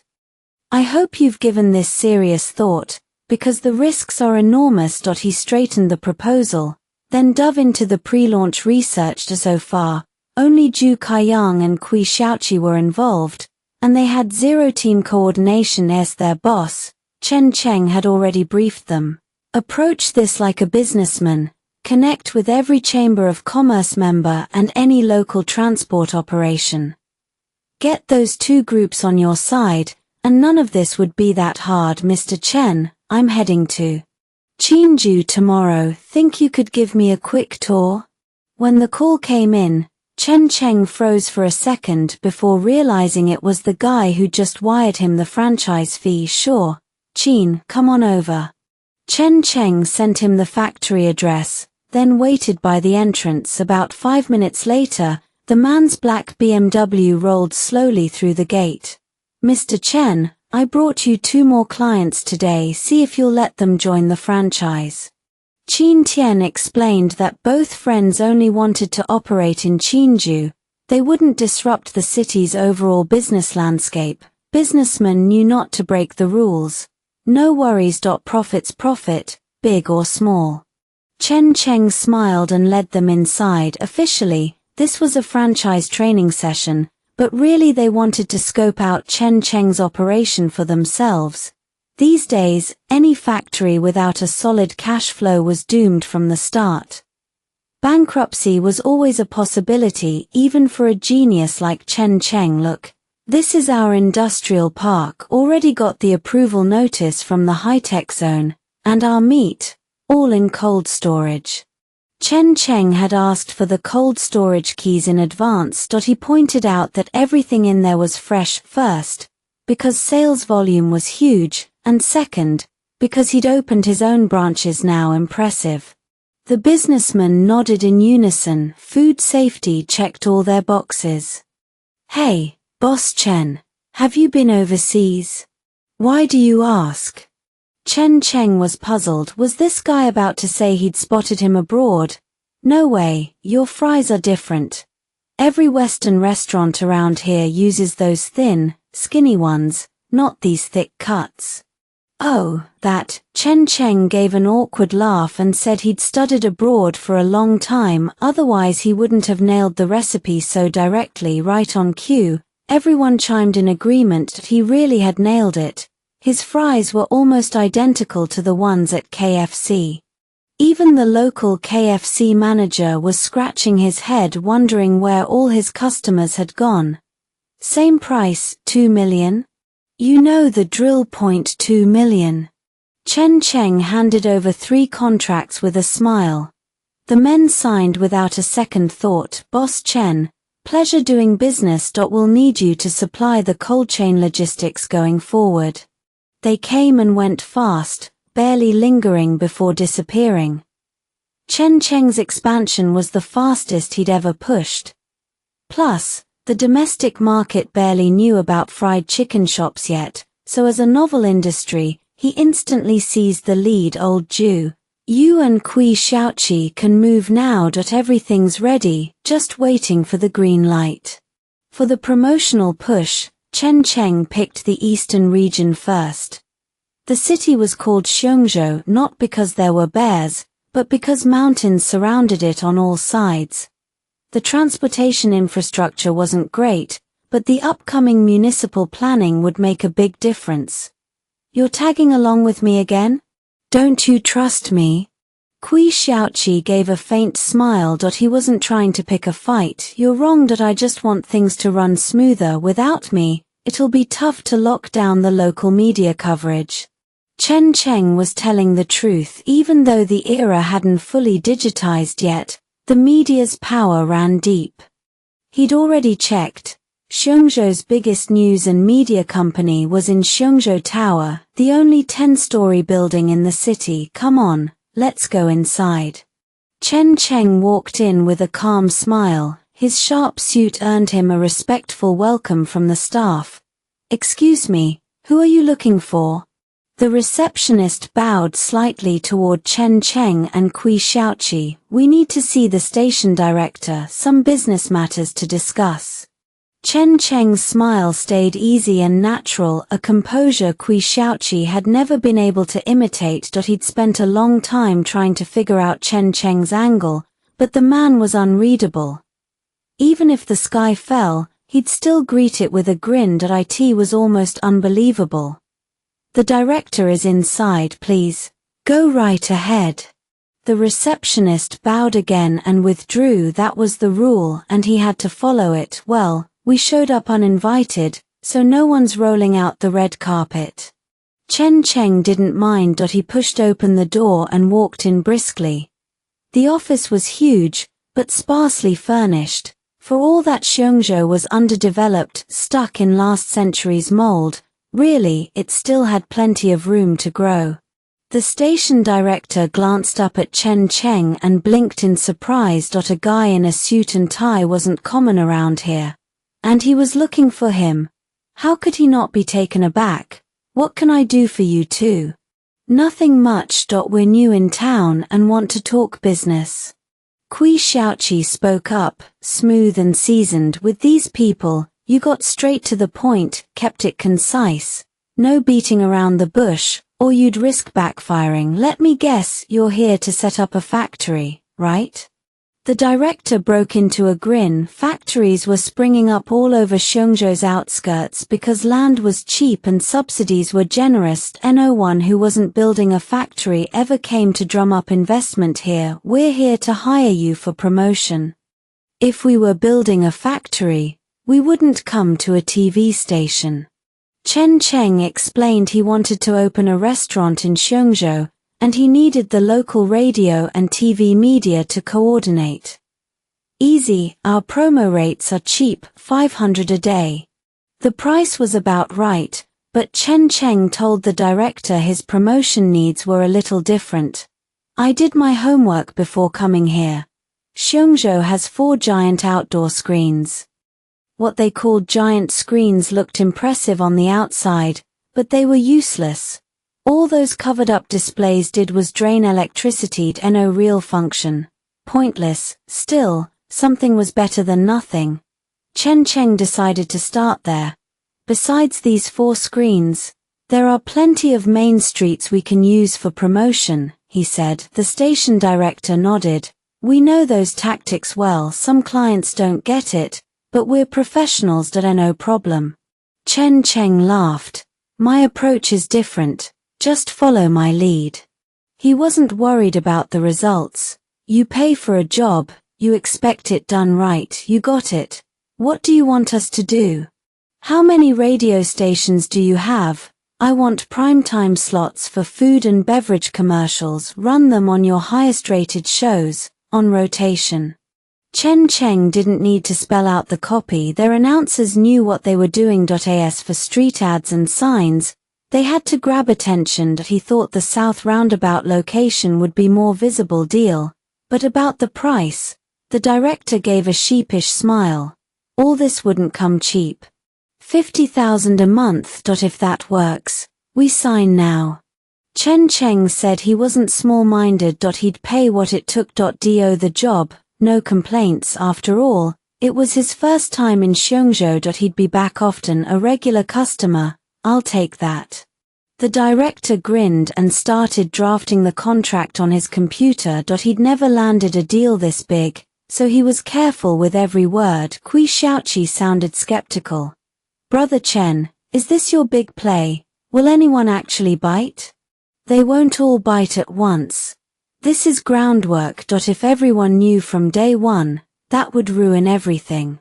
That's why Chen Cheng wanted the promotion running before they even opened the storefront. Let the hype soak in for 2 weeks. Even people who never left their homes would hear about Leo Gandhi Western-style fast food. Now I get it. This feeling is incredible. Kui Xiaoqi felt a rush of excitement he hadn't felt in years. It all came from Chen Cheng. The man had given him a second chance. I've done a rough estimate. The store will be ready in a week. That gives us a full 2 weeks to open for business. I want to see results in that window. Chen Cheng looked at the station director and smiled. The man shivered. Hey, if the promotion flops, it's not on us. We're just following your plan. The director laughed, uncomfortable. That's part of it, but give it your best. Protect our reputation.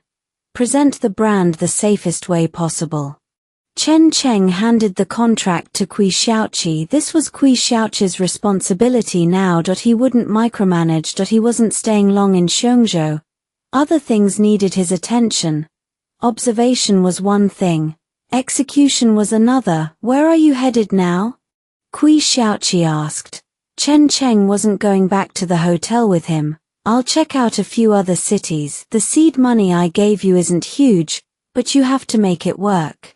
Chen Cheng patted his shoulder. I'm counting on you. Don't worry. I'll make Xiongzhou happen. Kui Xiaoqi nodded hard. He saw his younger self in Chen Cheng. What could make a 40-year-old man fight again? Only someone with that kind of charisma. Chen Cheng didn't leave Xiongzhou. Instead, he wandered the local food street. Every city needed its own operating system, the trigger that made consumers open their wallets. Food was the ultimate necessity. The most profitable thing was eating. I never imagined a backstreet market could have such a massive food and drink scene, Chen Cheng breathed. Even his own city didn't have a food street like this. All kinds of snacks, and the prices weren't cheap, but people still lined up to pay. Especially the house-made milk tea. 5 yuan ACUP. It reminded him of that milk tea project still waiting to launch. Time to call Feng Lu and get them moving. Handsome, what would you like to eat? It seemed every vendor in the world used the same greeting. Guys were handsome, girls were beautiful. Just for that handsome, I'll eat here. Chen Cheng smiled and sat down. He didn't care about the surroundings. People worth tens of millions squeezed into crowded noodle shops all the time. Boss, what local specialties do you have? He was new here. No signs, so he had no clue. Duck blood vermicelli and fried rice. That's it. What do you want? A girl spoke as she cleared a table. Give me one of each. Let me see how they taste. Chen Cheng agreed and stood to pay. The prices were fine. 0.6 yuan for the rice, 7 for the vermicelli. 13 total, coming right up. The girl walked off. Their operation was a tiny stall, 2 stoves, maybe 2 square meters. 1 for fried rice, 1 for the vermicelli. Handsome. You're not from around here, are you? The owner smiled. Yeah, how could you tell? Chen Cheng grinned back. In Xiongzhou, nobody asks what's on the menu when they order. This street's been around for decades, plenty of snacks, but hardly anyone asks like that. As they spoke, customers walked up and called out their orders without another word. Pay, collect, go smooth as a machine. Years of habit. That's impressive. If you can build a system that deep-rooted, how could business ever be bad? That meal deepened Chen Cheng's thinking. He'd never considered how a habitual system was built, but now, he understood completely. What do you think you're doing? The shrill voice sliced through the noise, and every head in the food court turned toward the corner table. A man was shamelessly copying a feel, his movements theatrical but brazen. Sweetheart, I like you. Name your price for a night. Beats selling boxed lunches, doesn't it? He smirked, clearly a guy who was used to getting away with this. Not everyone is as cheap as you.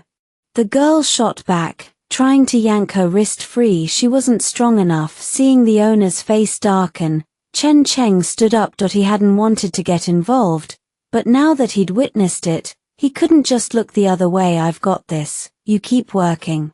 He walked over calmly, taking note of the red marks already forming on the girl's wrist. Let go. You're old enough to know better. I'm trying not to embarrass you in front of all these people. Chen Cheng's voice stayed flat, his eyes full of contempt. Who the hell are you? But out. I'm doing her a favor by even noticing her. The man showed no shame. That smug expression was glued to his face. Fine. I'll count to 3. If you haven't let go by then, don't blame me. Chen Cheng clamped a hand on the guy's shoulder. He'd kept himself in shape. A little pressure was all it took to make someone buckle. Sure enough, the man's face went pale in an instant. 3, 2, 1. The guy let go immediately and looked up at Chen Cheng. What? Is she your wife? I'm warning you, don't stick your nose where it doesn't belong. She's not my wife. I just can't stand men who force themselves on women. You don't deserve the courtesy of me looking the other way. As he finished speaking, a few young men at nearby tables stood up, glaring at Chen Cheng. They were all together. Young man, let it go. These people are trouble. We're just a small business. The owner didn't like it either, but he didn't want Chen Cheng caught in the middle. Don't worry. I've never had any respect for cowards, especially shameless ones like him. Chen Cheng kicked the man hard, sent him sprawling, and then ordered the other thugs to back off. Kill him, kill him. The man howled, but Chen Cheng kept his grip locked on his wrist, forcing the guy to curl up on the ground, already begging for mercy. Still want them to try? Looks like you've never been put in your place before. Chen Cheng smiled faintly and sat down in a nearby chair. After about 5 seconds, the man gave up and waved his crew away. I ran into bad luck today, just let me go. He was backing down, but his tone stayed sour. Is that how you ask for forgiveness? Didn't your parents teach you manners? Chen Cheng's voice was casual, but he tightened his hold. Finally, the man nodded over and over, admitting he was wrong, saying he never should have done it, apologized to the girl. Then take your people and get out. I don't want to see your face here again. After the man paid his tab and scurried off the food street, Chen Cheng straightened his wrinkled suit jacket with a practiced air, annoyed at how it had messed with his image. You should leave too. They're dangerous. If you stay, they'll come back for revenge. The owner lowered his voice, grateful but worried. It's fine. I ordered food, and I'm going to finish it. Chen Cheng returned to his seat, ate his fried rice and duck blood vermicelli soup, then calmly stood up. The food was good, but the menu was too limited for this location. No point in buying the place out now. If Bear City ever developed a proper food plaza, he might consider investing a shared. As he strolled out of the commercial street, he noticed a group waiting for him at the corner. They were bristling with hostility, practically spitting fire with their eyes. Come to welcome me. No need. I prefer to keep a low profile. Chen Cheng smiled. Looks like you still don't get it. Nobody messes with old Biao on this turf. Who do you think you are? Old Biao waved his men forward, ready to start a fight, but Chen Cheng spotted a man leaning against a Santana at the back of the crowd. That guy was clearly the leader. His eyes kept tracking Chen Cheng. How about this? Bring your boss over. I'll have a word with him. Old Biao burst out laughing, convinced Chen Cheng was scared. Boss, you hear that? This kid wants to talk to you. I'm not deaf. There's nothing to talk about. The man didn't even bother looking up. Not even God himself could change his mind today. I'm telling you, you'd better talk to me, otherwise, you won't like the consequences because you just messed with the wrong person. Chen Cheng's eyes blazed. He kicked old Biao to the ground again, the blow laced with a possessive intensity that silenced the air around them. As the others moved to retaliate, the man in sunglasses stepped forward. Don't get rough, or I'll turn you into paste. He raised an eyebrow. What do you want to talk about? You're their leader, right? Let's be friends. I need advice on how to deal with this guy. Chen Cheng tossed a stack of cash onto the Santana's hood and glanced at old Biao. Nobody had expected that move. Old Biao felt a chill of danger crawl up his spine. Boss, don't listen to his lies. $1,000 to take out my own brother? The sunglasses guy's voice stayed flat. Chen Cheng pulled out another wad of cash. This time, the man nodded without hesitation. I know how to handle it. Beat him. Don't stop until my new friend here is satisfied. In his eyes, Chen Cheng was now his brother, even though they'd met less than a minute ago. For 5 minutes, they kicked and punched old Biao until he couldn't even moan. That's enough. I don't like seeing this kind of thing. Chen Cheng waved a hand casually. He's my brother now. What's your name? The guy in sunglasses had a polite, almost bookish look that clashed hard with the way he talked. Chen Cheng couldn't help but sigh. This thug actually pulled off the act when he wanted to. I'm Chen Cheng. Remember the name. He waved a hand, already heading out. Let me give you a ride, Cheng Ji. Sunglasses ushered Chen Cheng into his car and introduced himself. Name's Shong Yu. I run the commercial city district. You need anything, come find me there. Everyone knows my name. He said it plain and simple. That whole area was his turf. Shong Yu dropped him at a place called Houting Mansion. Basically, every rich and powerful person in Xiongzhou lived there. Chen Cheng had come for one reason, to lay the groundwork for his other businesses. He walked up to the front desk with a polite smile. Hi, I'm looking for Li Zheng. Looking for Mr. Li. He's busy. Come back another time. The receptionist barely glanced up, annoyed as he set down his sunflower seeds. It's urgent. Please let him know this is important. Chen Cheng kept the smile plastered on his face. The receptionist sighed, picked up the phone, but he made it clear he was only calling. No guarantees ML I would actually see him. Who's looking for me? Don't they know I'm busy? Li Zheng glared at the receptionist, his hand still resting on his secretary's ass. He insisted, Mr. Li, you should at least see him. Fine, let him in. Before the receptionist could finish, Chen Cheng walked straight into the office. You. Li Zheng frowned. This guy had no manners. That's right, but I'd suggest sending out the irrelevant people. What I have to say is important. Chen Cheng's serious tone made Li Zheng pause. He didn't like it, but he waved his secretary and the receptionist away. All right, what's so important? My time is money, hundreds of thousands of dollars lost every minute. Li Zheng leaned back in his chair, trying to look impressive. The cheap office decor almost made Chen Cheng laugh. Some mutts really thought they could pass for purebreds. Still, Chen Cheng needed this guy's help. I want my food products to spread through your channels across Xiongzhou.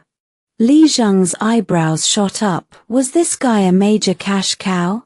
What kind of food? Depends on what the city needs. You know I call the shots here. If I say no, there's no room to negotiate.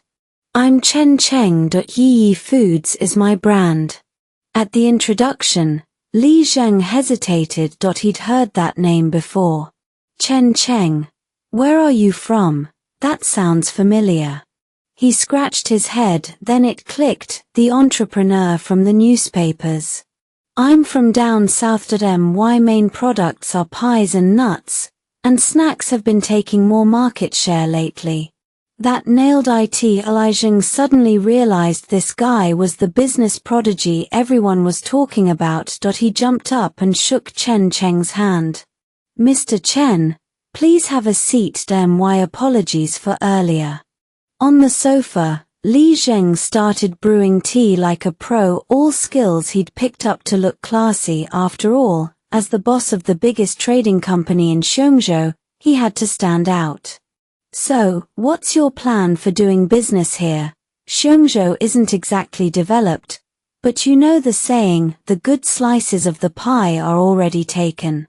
Li Zheng laughed heartily, claiming the city needed foreign investment. I know all that, but I'm new here, and I need your help to integrate my products.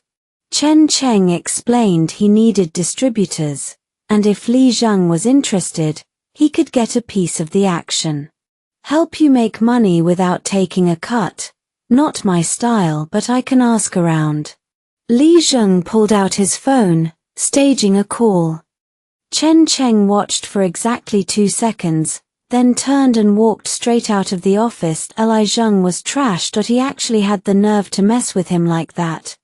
Unbearable. Chen Cheng called the TV station director instead. Give me the contact info for one of your suppliers. A client of yours. He went straight to the source. After all, a few $100,000 a month in supply orders wasn't a joke. And just like that, the deal got locked in. Plenty of people were dying to work with Chen Cheng. They'd never had the chance before. Now they did, and they weren't letting it slip. Here's Mr. Chen's contact info. He's leaving Xiongzhou tomorrow, so you'd better move fast. With the director's promotion, a bunch of business owners rushed to Chen Cheng's hotel to corner him. They waited until after 9 that night before he finally showed up. Carrying bags full of food samples. They swarmed him. Mr. Chen, we're all local businessmen. We've been waiting for you. Let's talk inside. This isn't a good look out here. Chen Cheng rolled his eyes. Only these guys would pull something like this. He never liked being so flashy, but their reaction was totally different from Li Zheng's. Once inside the room, he handed out the food. Go ahead. Try it. Knowing it was Chen Cheng's product, they didn't hesitate. Snacks, pastries, nuts, juices, they sampled everything. Not bad at all. How do you want to work together? We're all very interested. They made up their minds fast. The stuff was genuinely good. If you like it, I'm happy to provide it, but I need to know how much you'll need. Chen Cheng grinned. These weren't ordinary items. Scarcity made them valuable. Once he cracked the Xiongzhou market, he could branch out into the surrounding regions. Why? Simple. He was building a whole system in Xiongzhou. This wasn't just about a price war with his food products. He was planning a new wave of investments here, lifting every area that had potential. When that happened, Xiongzhou could stand tall in the east, maybe even become a second-tier city. He really hadn't expected Xiongyu to track him down. After all, word had already spread through the commercial district about a foreign investor coming in, and the rumors all pointed straight to Chen Cheng. "Brother Chen, I finally found you." Without waiting for a response, Xiongyu practically dragged Chen Cheng into his car and started pouring out his desperation to turn his life around. "Turn it around how? You've got a decent setup," Chen Cheng said. Sure, Xiongyu was coasting, but he still had a car and a roof over his head that put him ahead of most people. "You can't look at it that way. A man's gotta eat, right?" Xiongyu claimed he had a real opportunity, but he didn't have the money to make it happen. Now that Chen Cheng was here, he saw a way out. "I want you to see it for yourself. At least tell me if it's got any potential." Fine. He'd go along. He didn't have anything else to do anyway, but Chen Cheng laid out the terms first. If he wasn't impressed, there'd be no help. Standing in front of the factory, Chen Cheng frowned. Xiongyu hadn't lied. This place mattered, but a shuttered factory was still a shuttered factory. "This is Decoration Factory. Note 1.it used to be the distribution hub for Xiongzhou and 3 neighboring cities. It closed 6 months ago. Poor management, too many lazy workers." Xiongyu gave a bitter smile and admitted that after he took over the factory, he couldn't get it running again either, so it just sat idle. But the brand still has a solid reputation. Over 20 years in business. If that was true, reviving it made sense, but Chen Cheng wasn't about to jump in blind. "Here's the thing, Xiongyu, tell me exactly what you're thinking. Hard to believe a guy who's been living on the streets wants to play in the business world. I want you to invest. Or take a controlling stake. If Decoration Factory No. 1 reopens, I guarantee we'll bring back its former glory." Seeing the excitement in Xiongyu's face, Chen Cheng figured there had to be more to this story. He could invest, but he needed the whole truth first. His money didn't grow on trees. He couldn't just throw it around. "I know that. The owner of Decoration Factory No. 1 was my father, Xiongzhi. He killed himself 6 months ago because of the debt. After that, the factory ended up in my hands. All I've got left now is a beat-up Santana." Xiongyu had been a rich kid once. Bad management had brought it all crashing down. His whole life flipped upside down after the factory closed. "I can help you, but you need to give me your plan, the actual blueprint, and how you're going to execute it." As soon as Chen Cheng finished, Xiongyu ordered his men to open the door and led Chen Cheng into the office. Dust coated everything, but the place still had all the essentials. "I've got the blueprint ready. I just need to polish my pitch." For the next half hour, Xiongyu laid out every idea. He'd done a systematic survey of old clients and potential new ones. During those 6 months at the commercial district, he hadn't done much else, just worked the social scene. Built connections. He didn't have the nerve to stand tall in front of those big bosses yet, but if Decoration Factory No. 1 came back, none of that would matter. "Here's what I'll do. I'll invest $200,000. I get 60% of the shares." Chen Cheng glanced at him. "Any problem with that?" Xiongyu's jaw dropped. He hadn't expected Chen Cheng to throw out $200,000 just like that. Hell, even if he sold himself, he wouldn't be worth that much. To Chen Cheng, it was nothing. He didn't have to think twice. "I only have one condition. You run this thing right. If you screw up, I will not let it slide." With that, Chen Cheng asked for Xiongyu's bank account number and said he'd be back in Xiongzhou in a week to check on things. The men standing around had tears in their eyes. They weren't thugs. They were factory workers who'd stuck with Xiongyu just to survive. It was a small investment, really. Chen Cheng never imagined that the $1,000 friendship he'd bought would save him so much trouble down the road when he wanted to develop Xiongzhou. After leaving Xiongzhou, Chen Cheng headed to a place called Pinglepo. The gateway to the entire North. It was just a small town, but it was the hub for all kinds of goods from the south and north. Practically every wholesaler came here to stock up. If he wanted his products to flow, he needed a market presence here, so Chen Cheng decided to pull out all the stops, build a reputation, and everything else would follow. There aren't many products on the market that match yours, but that doesn't mean there aren't any. Plenty out there, the local boss told him bluntly. You can think it, we've got it. Everything's good quality, cheap, and we ship nationwide. Fine. I want to know exactly how many competitors I have. List them all out, products, factory locations, everything. Chen Cheng slapped a stack of cash on the counter, and the man got to work immediately. The list came back with 3 major factories, all using Pinglepo's distribution network. Prices were similar to Chen Cheng's, but the quality was terrible. I want in on the distribution too, and I need you to make sure their products don't move from now on. The man flat out refused. Everything has a substitute. You can't create a monopoly. I'll give you a 10% cut on every product you sell. Tell your suppliers my advantages. Chen Cheng ripped open all his packaging right in front of the man, showing exactly what his products looked like. Anyone with eyes would pick his over the competition. But that alone wasn't enough. He'd have to use some tactics to clear the obstacles. If those other suppliers decided to fight dirty, he might not be able to hold his own, so Chen Cheng planned to work the connections in Pinglepo carefully. Starting now wasn't too late. Who the hell called me over here? Don't you know I'm busy? A burly man bellowed as he walked in, his attitude far from friendly. That was me. I wanted to make a friend. Chen Cheng smiled lightly, gestured for the man to sit, and handed him a cigarette. You're the one looking for me. Plenty of people try to get my time. Stop wasting it and get to the point. The guy was direct, taking control of the conversation right away.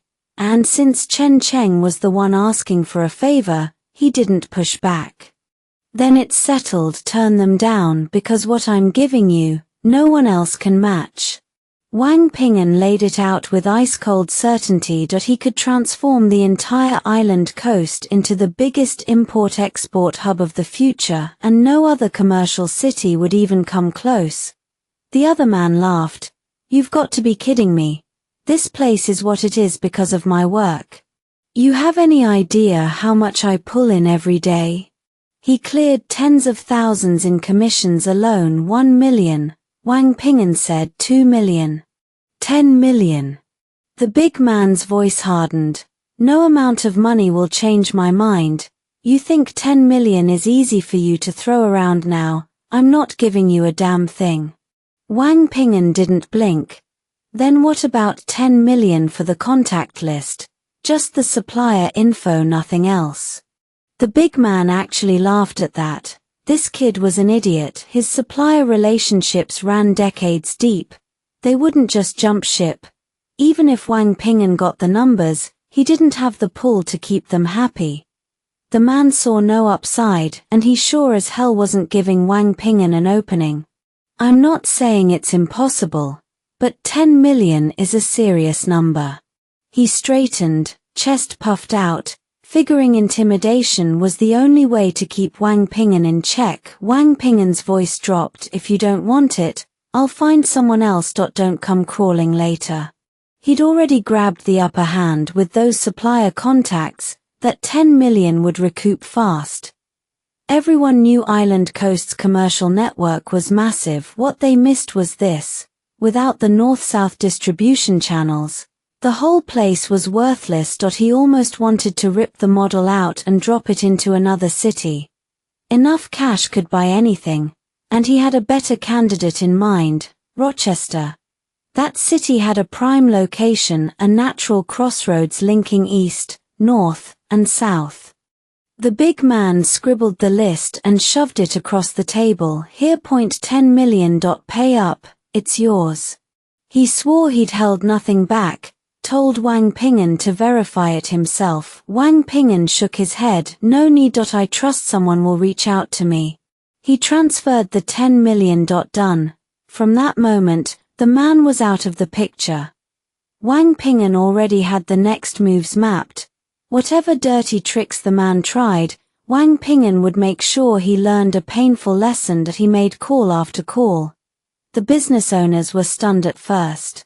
How had their private numbers leaked so easily? And who was this arrogant newcomer claiming he could flip the whole game in Island Coast?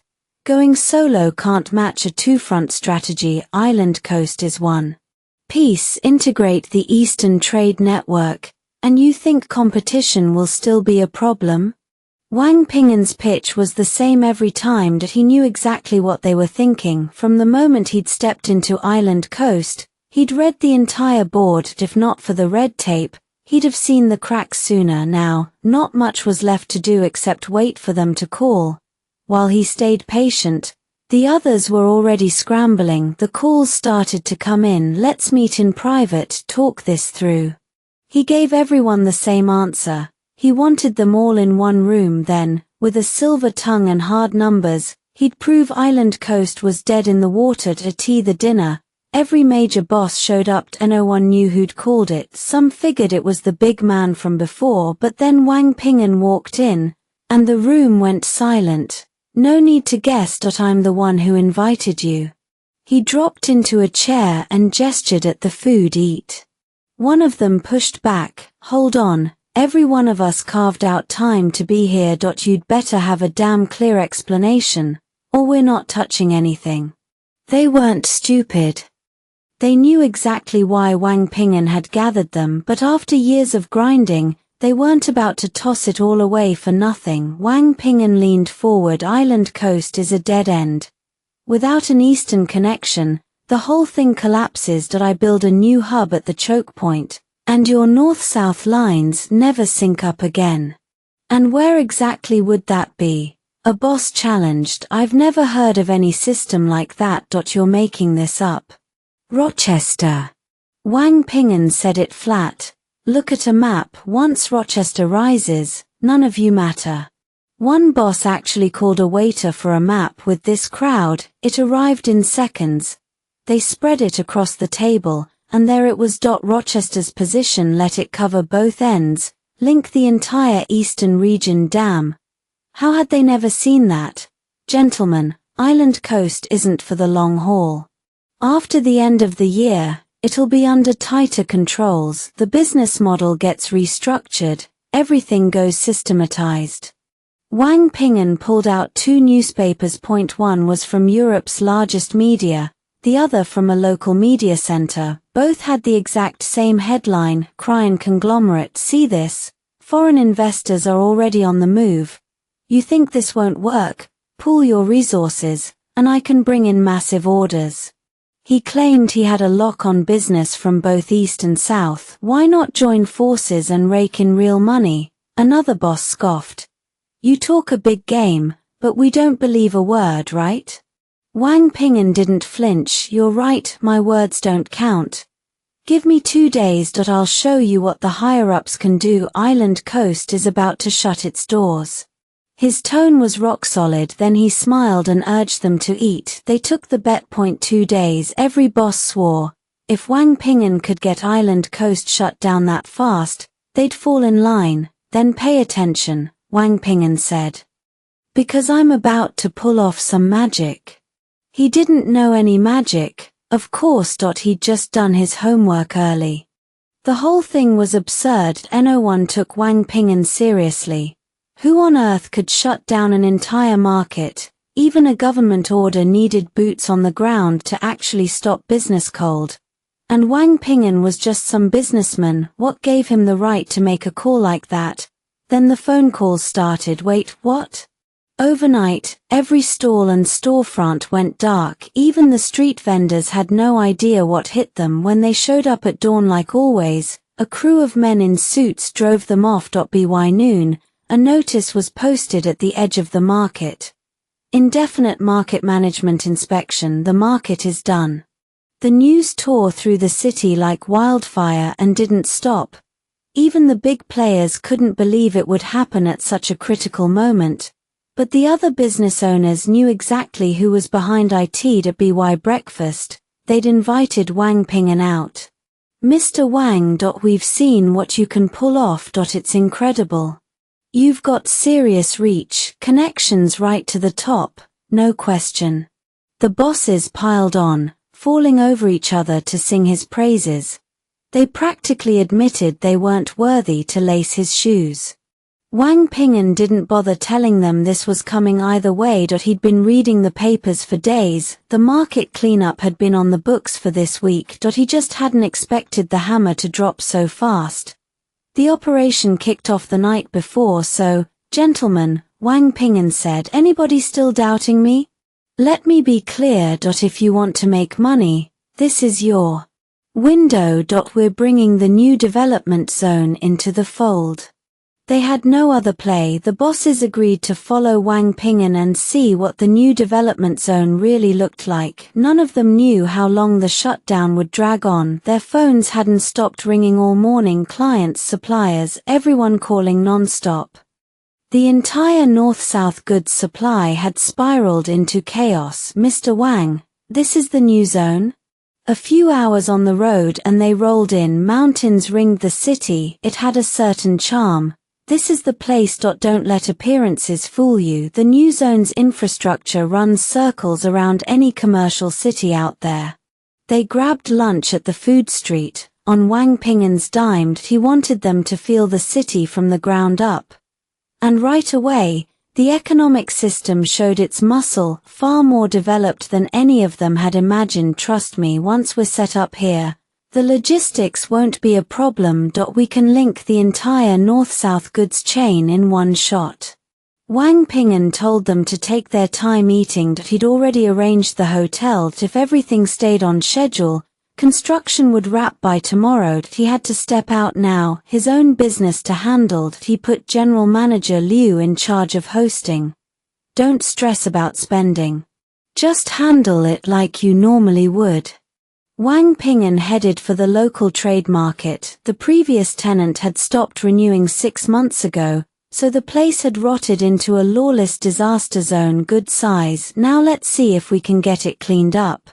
He walked straight into the market office. The newer commercial complex had already made this place obsolete, so the office manager had checked out, lazy, indifferent. He barely glanced at Wang Ping'an. Who even came around here anymore? Hello. I'm here to lease the trade market. Wang Ping'an knocked once and made himself known. The guy just stared, blank. Wang Ping'an raised his voice. I said, I'm here to lease the trade market. That jolted the manager awake. A customer, please have a seat. He wiped down the dusty couch with visible effort and motioned Wang Ping'an over. When he went to make tea, the table was caked in grime. Nobody had bothered to clean a thing. Wang Ping'an's expression soured. No mystery why this place had lost its edge. If the manager was this sloppy, what were the employees like? What's the leasing setup here? Money isn't the issue. I need the monthly fee and the standard stall rates. A full systematic breakdown. Wang Ping'an wanted structured management. No detail could slide. If he missed one piece of the picture, even a small gap could bleed him for hundreds of thousands. Well, 6 months ago, the lease was 1 million a year. Prices have climbed. It's 1.5 now. Come on. A dead zone like this for 1 million. For 1.5, I could buy the whole thing outright. Don't jerk me around. Wang Ping'an cut him off clean. The new commercial complex is crushing you. You let this place rot in your hands and it'll be worth nothing. Every point landed. The new complex had gutted any hope of this market bouncing back. Business owners refused to come near it. Simple logic. Whoever took over inherited a losing ticket. Nobody gambled their money like that. Don't say that. Sure, the market's empty, but the location is prime. The manager kept pushing. Prime spot, huge potential. Sounds like you don't really want to close this deal, Wang Ping'an said. You keep sitting on this place, it'll turn into a blight on the city. You don't want to kill the deal for good, do you? The longer you wait, the less anyone will care about developing this area. The logic was undeniable. New apartment towers were rising all around. The nearby commercial systems were already taking shape. Who was going to come here and burn time? Even if the place got demolished, it wouldn't go back to what it was, and the compensation wouldn't be generous. 1 million if you agree. It's yours. The manager cut straight to the chase. He could tell Wang Ping'an wasn't someone to play games with. Dancing around would only make him look stupid. Might as well take his shot. He added that the original stall rents had been set at $1,500 a month, but the units were small. That's fine. I'll manage the adjustments myself. Wang Ping'an pulled out a stack of cash, exactly $1,000. I need a small favor. Find me a cleaning crew. I want this whole market scrubbed inside and out. They get paid when the job's done. He set the deadline. No later than midnight, less than 12 hours. 1,000 yuan was serious money for a cleaner, nearly a month's pay. So when word got around that the job was just cleaning, every temp worker signed up like their life depended on it. Big money draws bold people, the supervisor said with a thin smile. They're all fired up now. That 1,000 was worth every cent. The place hadn't been touched in over half a year, and nobody else dared go near it anymore. Keep an eye on them. I'm heading to the wholesale market for supplies. Wang Ping'an waved a hand and left. He bought cleaning supplies in bulk. The building had been sealed for 6 months. Flushing the pipes alone took several minutes. Lucky it was only a single story, 2 or 3 floors, and the cleanup would have been a nightmare. By 8 or 9 that evening, the space finally looked presentable, but it still wasn't spotless, so Wang Ping'an told everyone to close it up for the night. Clean the outer area. I'll bring someone in to renovate later. His plan was simple. A fresh coat of paint. At least make it less ugly. Sure, wholesalers don't care much about appearances, but a wall caked in grime is unacceptable. Work moved fast. Within 2 hours, every stall in the market had gotten a facelift. Boss Wang, where'd you go? You're covered in white stuff. A few of the merchants were curious. Wang Ping'an reeked of paint. Nowhere, just helped out a bit. He changed the subject. There's a trade market opening in Xiongzhou. Early birds get a huge discount. Monthly booth rent is only 5,000. That cheap? The merchants looked baffled. Pingli Slope's prices didn't even come close. Just the mussel fees and water surcharges alone would cover 2 booths here. Of course it's cheap. The contractor's a friend of mine, and he put me in charge of the whole market, so you can move your inventory in as fast as possible. Earlier, at Pingli Slope, Wang Ping'an had noticed that everyone's products were well-sealed, no environmental issues there. And someone else was even more eager than the merchants, the regional distributors, who, with no trading venue, were stuck waiting on the outskirts of Pingli Slope. In just one night, those merchants made the trek to Xiongzhou. Most locals didn't even realize what was happening before the town flooded with unfamiliar faces. Trucks and vans buzzed through the streets, and transport crews rolled in non-stop. All right, you're finally here. Load everything up and quote high. Whatever extra you make is yours. Wang Ping'an clapped Master Wang on the shoulder. His own transport team had just arrived in Xiongzhou. The boom would last at least a week. After that, the system would stabilize and no one would think twice. Even though there were plenty of booths, only a quarter had been paid for upfront. People came knocking every day, asking Wang Ping'an for booth leases. Prices varied by location, as high as 10,000, as low as 5,000. A 2-times spread, but it already beat anything Pingli Slope offered. The old Pingli Slope layout was gone. Here, products would be consolidated, making it easier for distributors to buy. Whose booth is this? How much? A young man in gold-rimmed glasses frowned. He couldn't believe such a prime spot was still empty. Already reserved. 50,000 a month. Wang Ping'an smiled faintly. Normally, it won't be transferred, but if someone offers more, that's another story. 50,000 was astronomical. Many merchants gasped. Only Wang Ping'an could afford that kind of rent. Everyone else was afraid this model would eat into their profits, so they hesitated to invest. But they were wrong. Real returns wouldn't come in a day or two. Few people even knew about Xiongzhou yet. The whole system was brand new. It couldn't steal all of Pingli Slope's thunder overnight to make it perfect. They needed one more spark. That spark was Wang Ping'an. He'd quoted such a high price to draw in the merchants, even if it meant creating the illusion of a packed house. He'd already lined up people. All of them handling negotiations. Shills, really. Fengyang had arranged it. They weren't real buyers, just people there to talk deals. More and more people came asking about prices. Wang Ping'an finally put up a sign. Rent. 50,000 a month. Is this really 50,000 a month? A voice made him look up. Yes, sign the contract if you want it. Wang Ping'an pointed at the desk. Contracts are right here, handle it yourself. The guy didn't hesitate. He signed and transferred the money, all 50,000. When Wang Ping'an got the confirmation text, he realized it was real. Boss, this booth is mine now, right? What day do you come for the rent? With the rent paid, the terms needed clarifying. Wang Ping'an gave him a 5-day trial period. After that, the month started counting. Get it sorted yourself. I'll leave you to your business. Wang Ping'an walked out fast. He needed to check on his own products. He hadn't put them on display or set up a dedicated stall. Simple reason. Good stuff doesn't need a market. The market comes to it, and sure enough, more merchants poured in.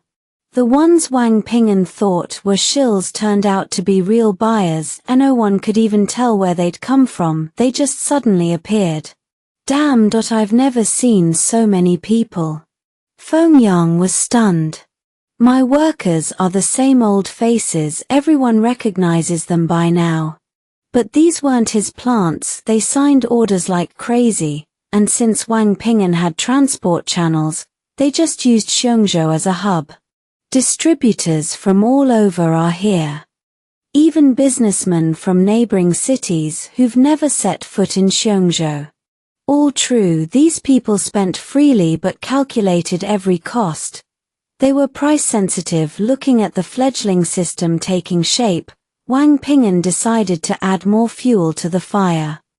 Building a reputation across an entire trading market wasn't something you could fix with a simple north-south supply chain. The real trick was making every merchant feel like they were actually getting a fair deal, and right now, their income was nothing special. The commercial pilot projects on Island Coast are almost all clustered inside the trade city. I need a meeting with whoever's in charge. One of those people was Li Zhengwu, but Wang Ping'an wasn't planning to go to him directly. He'd work through Li Zhengwu's distributors and subcontractors instead. Those were the people who actually built Island Coast. The ones who did the real work. When Wang Ping'an walked in, the president of Pan-Asia Chamber of Commerce was mid-sip of his tea. He had no clue the man standing in front of him was the force behind the new trading market that had appeared that very day. What's this about? No appointment, no meeting. I'm busy. Busy, right? The man was flipping through newspapers and scrolling stock tickers, real heavy lifting, but that was the perk of the position. Sit back and let things happen. IT was a skill Wang Ping'an didn't possess, and honestly, he didn't want it. Simple. I need your help. Put the special commercial pilot project inside my trading market. What? The president let out a sharp laugh. Do you even understand what a trading market is? That place is a forgotten urban village, no investor will touch it. Anyone stupid enough to set up operations there will lose everything. And it wasn't just his opinion, the president claimed the whole of Island Coast agreed there was no alternative, that site was dead on arrival. You're wrong, the trading market is more than ready. In 1 month, I'll break the trade city monopoly. Wang Ping'an's voice stayed even. He pointed out the stalls in his market weren't just filled with Island Coast locals. Merchants from other provinces were signing on too. That alone was something the other side couldn't handle. And the real game changer hadn't even arrived yet. A trading market wasn't just a storage facility. Its target wasn't limited to Island Coast. It was a business chain that would stretch north, south, and east. The first day's blueprint wasn't polished, but Wang Ping'an understood that once this fire caught, it would completely reshape Island Coast's entire landscape. Give me a real explanation. What changes will this actually bring? I don't believe a word you're saying. This is ridiculous. The president insisted Island Coast's commercial system hadn't been built overnight. IT couldn't be dismantled by 1 or 2 people, so don't get delusional. Otherwise, you're just burning cash. Not many people held a grudge against money, so he figured Wang Ping'an was headed straight for failure. Think what you want. Just give me the pilot project, and I promise you'll see the day my trading market replaces the trade city. Wang Ping'an's voice was steady with sincerity. His eyes held a fierce determination. Fine. I'll give you exactly 1 month. If you can't crush the trade city, I'll shut your market down myself. As president of Pan-Asia Chamber of Commerce, he had 100 ways to make sure Wang Ping'an's trading market never got off the ground. It was simple. These outside systems lacked sufficient warehouses, and Island Coast was ringed by mountains, so instant shipping wasn't possible. Transportation was chaos too. Goods arrived from every direction, but he had no idea about Wang Ping'an's approach. The man's operational logic was completely rewriting the system. Hell, this was 2005. Nobody had realized commodity economies could actually merge. Laro Wu. Wang Ping'an dialed Wu Dao. The man had just paused to catch his breath. What made you think of calling me? I've been roaming all over Love Island, and I've got nothing to show for it. Wu Dao sounded worn down. He told Wang Ping'an he'd given it everything he had, but reality wasn't cooperating. None of it was his. He felt completely powerless. Guess the saying's true. A strong dragon can't crush a local snake, and we're not even dragons. You're wrong, this is all part of the process. Your background is in marketing. You'd fit anywhere. Wang Ping'an told him to put his current project on hold. He was launching a logistics company. What logistics company? Wu Dao sucked in a breath. They hadn't even conquered half the cities, and now this guy wanted to launch a logistics company. A logistics company required a complete back-end system. Every small city needed its own sorting channel. Starting one now was suicide. Besides, the government postal service was dirt cheap. We're not handling small packages. We're building hub-and-spoke transport for both large freight and small shipments. Wang Ping'an laid out the model, a hybrid between express delivery and freight hauling. Just deliver to the designated collection points. Everything downstream was someone else's problem. I'll dig around for you, but I'm warning you, this idea is completely unworkable. Wu Dao didn't soften the blow. He said this model wouldn't fly in the domestic market. Too many trucking companies already had fleets of drivers. Waterways were cheap. Why would anyone trust a company they'd never heard of with their goods? Sure, maybe years down the road it had potential, but right now, no chance. Still, he managed to track down a failing express company. It already had a functioning framework and had barely clung to life for 6 months. Wang Ping'an, Go to North Carolina. There's a man named Wang Ping'an looking to sell his company. I think it's worth your time. He hadn't asked about the price. But Wang Ping'an was drowning. The man was desperate to offload his pilot project no matter what territories the guy covered. Wang Ping'an figured he could layer and scale it.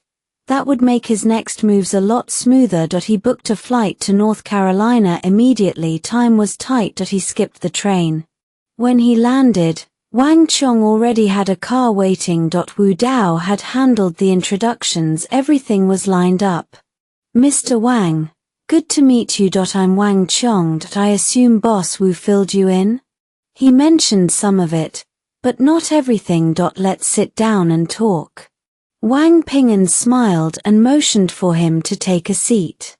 So, Mr. Wang, which cities are you covering right now? Too many. Honestly. That's exactly why I'm drowning. Yang Lamin didn't dance around the hard topics. He genuinely wanted Chen Cheng to help him out, but he was out of steam.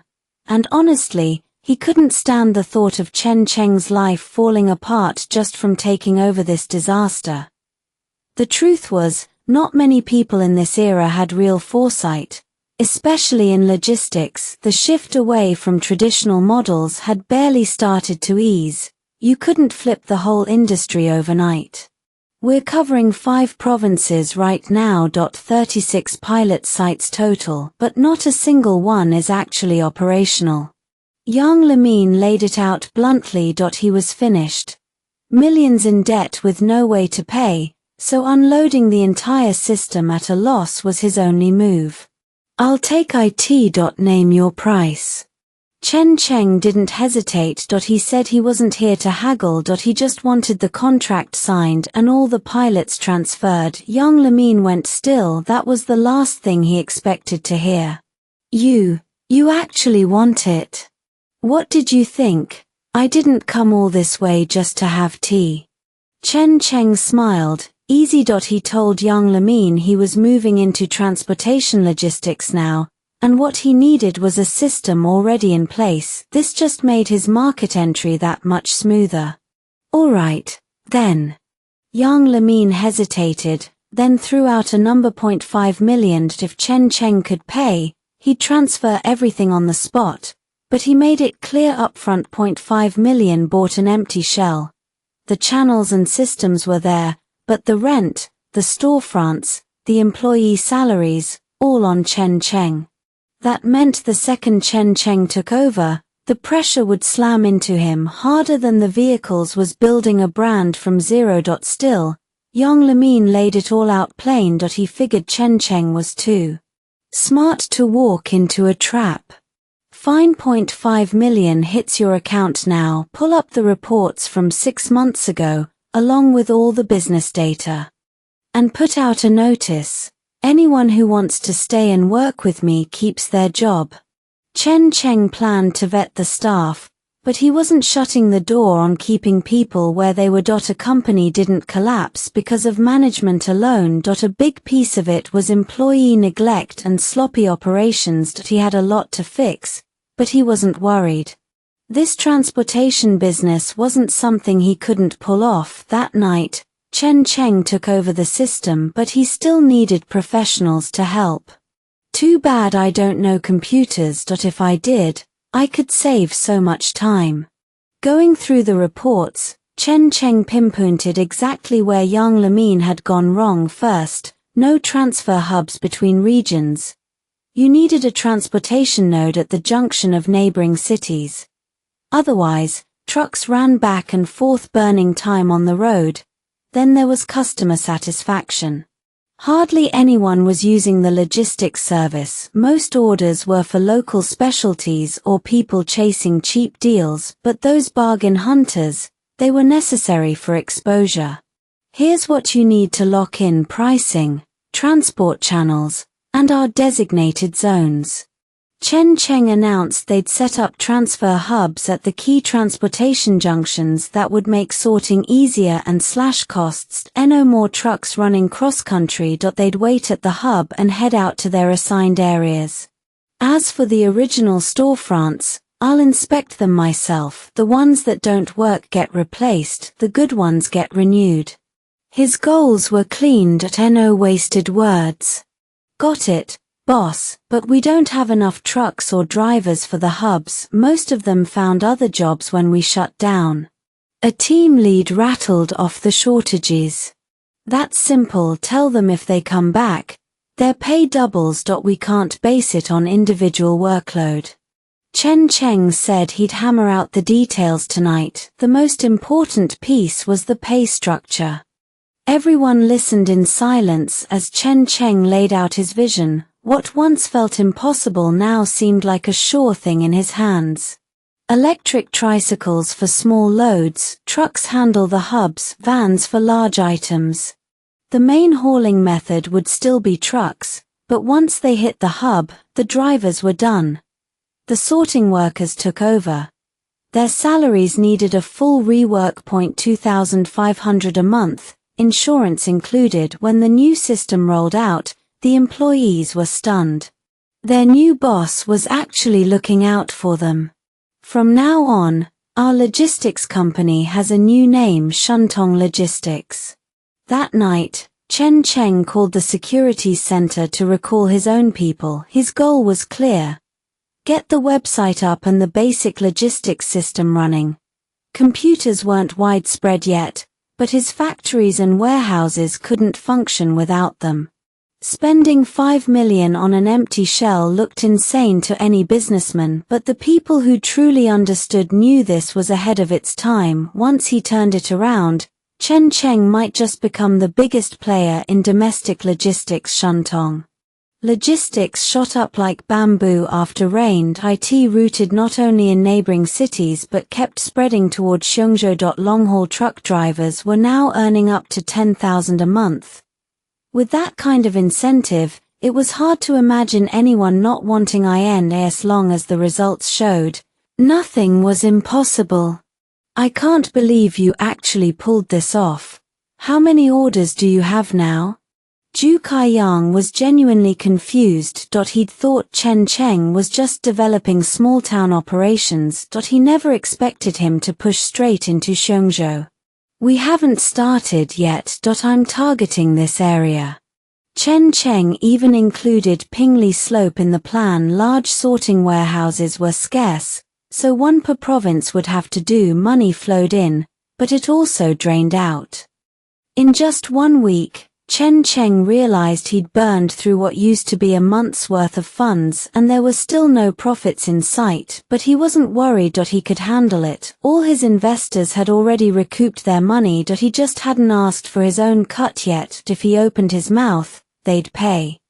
When the uninvited guest arrived, Wang Feng of the Polar Development Project couldn't even lift his gaze. Fear flickered in his eyes as he faced Wang Ping'an. Wang Ping'an let out a dry laugh. What's the matter? Do I look like death to you? Don't even mention it. Seeing you is like staring death in the face. You're terrifying. Wang Feng never imagined Wang Ping'an had this kind of backbone. Now he saw the truth. If he'd had any real ability, he wouldn't be in this position. If he'd been a little more careful, he never would have crossed Wang Ping'an. I'm here to apologize. Please, take this money back. He slid a card across the table, his expression earnest. Not a single cent of the $5 million inside had been touched. I'm begging you, show mercy and let me live. You think I can just walk away? Without your $5 million, I wouldn't have blown over 10 million in Island Coast. Wang Ping'an's sarcasm was sharp. He wanted the man to do the math. Why greed cost you that, but I only have 5 million, so please, take it. Was this a last-ditch surrender? Normally, Wang Ping'an might have let it slide. Not today. He had no reason to cut this guy a break. He wasn't turning down the 5 million. But mercy had its limits. Let me be straight with you. I didn't destroy the Polar Development Project. The market did. Business moved to Island Coast. You really think the Polar Development Project has a shot? Wang Ping'an threw the question back at him. At best, He could give the man a chance to convince the merchants to return, but if the whole district was shut down, what could he do? Even if the merchants agreed, their suppliers wouldn't. That was reality. Whether Wang Ping'an acted or not, the outcome was the same. The only difference was that fate handed him an opening to shift to another city. And he sure as hell wasn't about to let all the money he'd already invested go down the drain. Granting this man's wish, not happening. So what am I supposed to do now? Drift through life forever? 5 million is enough for most people to live several lifetimes. Wang Ping'an said it flatly. If the guy still wasn't satisfied, that was his problem. Give me a chance. I can offer you my warehouse. Wang Feng explained that even though the Polar Development Project had lost its commercial value, it could still serve as a transfer hub perfect for distribution. Depends on how big your warehouse is. If you've got the capability, I'll work with you. You can live comfortably off the rent. At the Polar Development Project, Wang Feng led him inside the warehouse, about 1,000 square meters, not huge, but the biggest in the area. Alright, keep the money as rent, but I want the title to this place. I'll give you a manager's position. Wang Ping'an was effectively buying the warehouse. 0.5 million for a warehouse. Only a madman would do that. But Wang Feng didn't hesitate. He nodded and asked what kind of profit he could expect. Plenty for everything moving through here. You get a commission per item. 0.1 cent per piece. Wang Ping'an explained the unit-based fee to fair price. At that rate, the man could bounce back fast. It was a massive favor, but Wang Feng pushed the card back. I'm still making money. Take the 5 million back. I'll transfer it to you for free. He hadn't wanted to do this, but every time he thought about those merchants soaring, he couldn't sleep. Days and nights awake, hair falling out in clumps. Fine. If you insist, I'll take it, but listen closely to the management rules. Wang Ping'an made it clear this wasn't small time. The Polar Development Project sat at the throat of north-south trade, the location critical. A sorting center here was a gamble, but the transit advantage was massive. He planned to renovate the whole warehouse and rezone the area. No problem. As long as you agree, I won't say another word. Wang Feng nodded, swearing loyalty. Wang Ping'an had scored a free warehouse. The plan was working better than expected. He hadn't thought the man would hand over the Polar Development Project so easily. To everyone else, Wang Ping'an had shattered the entire system there. But the real prize wasn't distribution. It was the transport routes and the hub. Keep building on that, and the surrounding areas would keep expanding. That evening, Wang Ping'an headed to Island Coast to check on the pilot. Project transport and logistics were fully operational.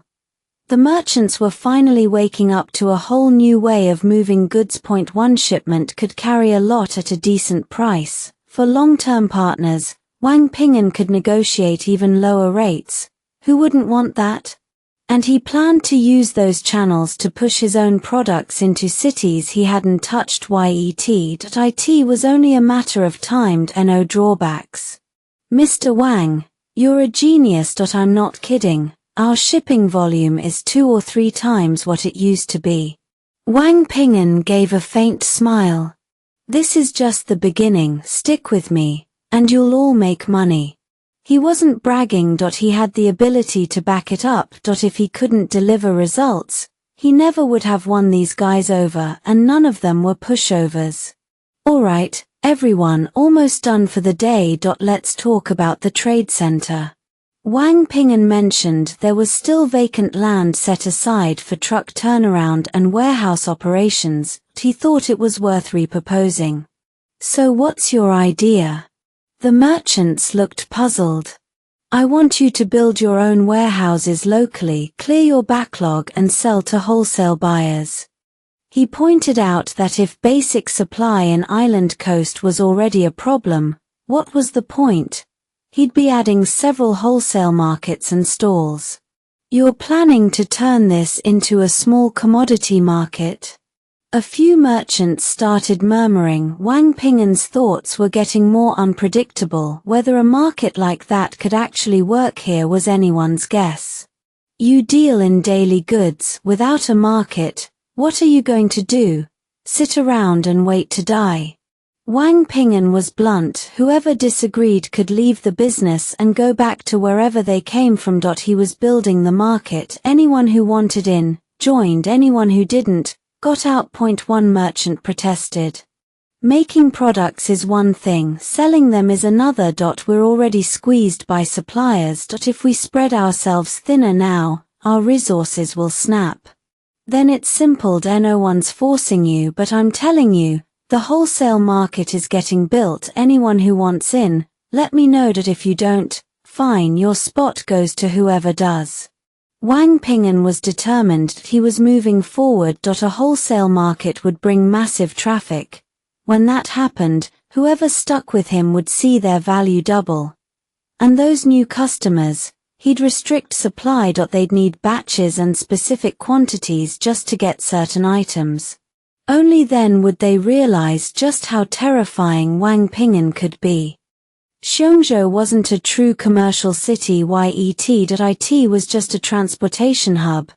Turning it into the legendary market everyone talked about would take a lot more than logistics and luck. People always say Southerners know business. I don't buy it. Those traders who've been hauling goods down these roads for decades still don't understand what a real commercial model looks like. Wang Ping'an gestured at the trading market in front of them. This is the model. A merchant laughed.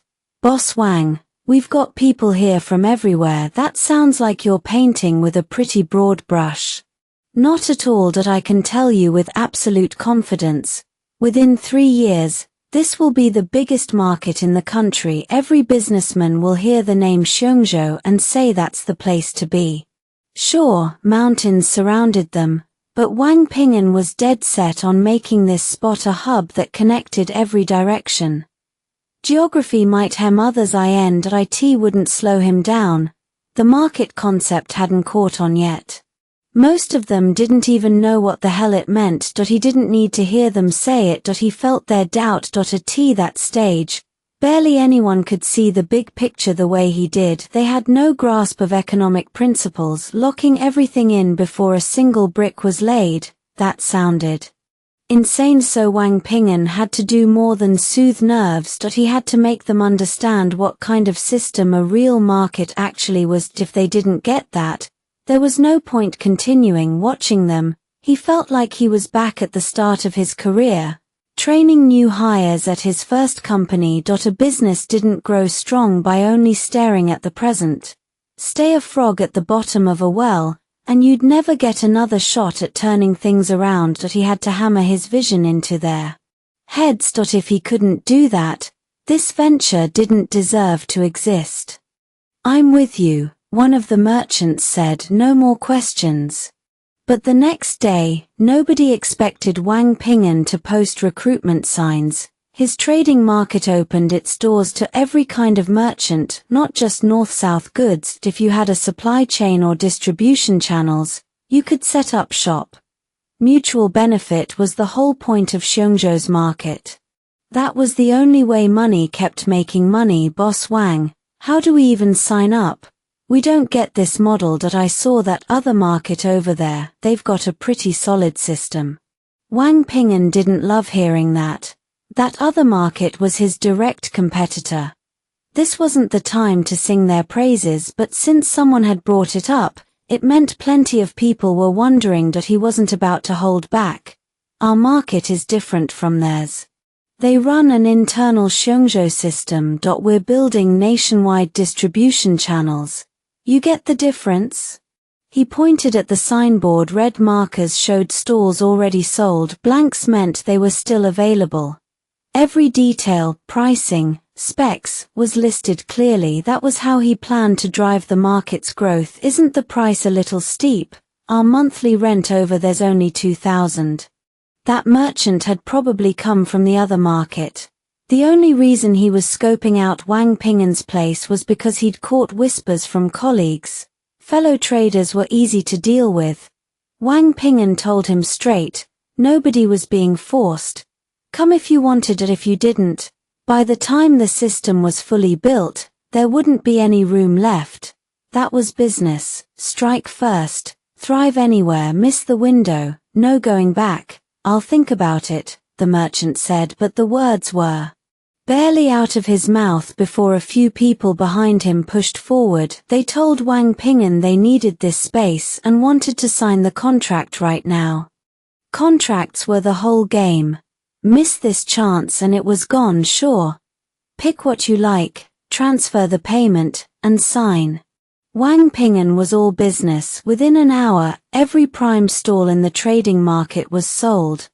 The merchants who'd hesitated could only kick themselves. They never imagined spots would sell out that fast, especially under a lease model. What a bunch of idiots, someone muttered. I wouldn't leave that other market for this garbage. This whole market is a joke. The sour grapes crowd drifted away. A few tried to sweet-talk Wang Ping'an into a deal, but he turned them all down flat. Opportunity comes once for the prepared. You missed it, don't worry, a second phase will open soon. He packed up quickly and walked out. The place had set closing hours. Night crews would handle receiving and dispatching at the entry points. Where the hell did Wang Ping'an get all these ideas? I never would have thought of that. Back in the Chamber of Commerce meeting room, Li Changyu stared at his subordinates, genuinely confused.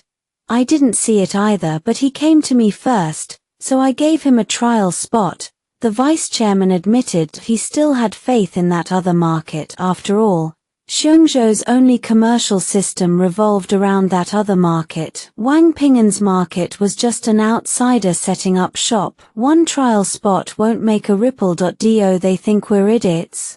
Several managers sneered. They'd already agreed among themselves if Wang Ping'an came to them, they'd freeze him out. Nothing to discuss. I still say Wang Ping'an isn't simple, Li Changyu said slowly. If he's developing in Xiongzhou, it's not just for kicks. He knew what Xiongzhou was. Decades had passed without a single serious investor willing to come here. Everyone believed the mountains had trapped the place, but from the moment Wang Ping'an showed up, everything shifted. At least now the market was packed with customers. Easy for you to say, half my clients have bailed. They'd rather go to that market than deal with me. That was Yu, her voice heavy with frustration. She was the only woman in a room full of men, and Wang Ping'an's tactics made it impossible for her to get a word in edgewise. Wang Ping'an, stop worrying about the trouble. We're family here. Chen Cheng crossed a line and broke industry rules. We'll make him pay for it. The whole Chamber of Commerce had their back, so they could speak with absolute confidence that if it came down to it, they'd go to war against Chen Cheng, inflate prices, grab market share, and see who bled out first. Market doesn't bend to whoever shouts the loudest, one of them added. In this business, you follow the money. That's the only way to know what works. These men didn't mince words. The chamber had controlled Xiongzhou for decades, and they weren't about to let an outsider waltz in and rewrite the rules. Even if Li Zhengwu agreed to it, and he never would, nobody else in this room would either. There was no room for negotiation. Here's the play, Li Zhengwu said. We use pricing to crush Chen Cheng, find out which of his products sell the fastest, then break those suppliers financially. Once they bend, we win. They weren't messing around. They were going straight for the wholesale supply chain. The products weren't exclusive. Whoever paid the highest price got the goods. Their plan, drive prices sky high until they could pull the floor out from under everyone else.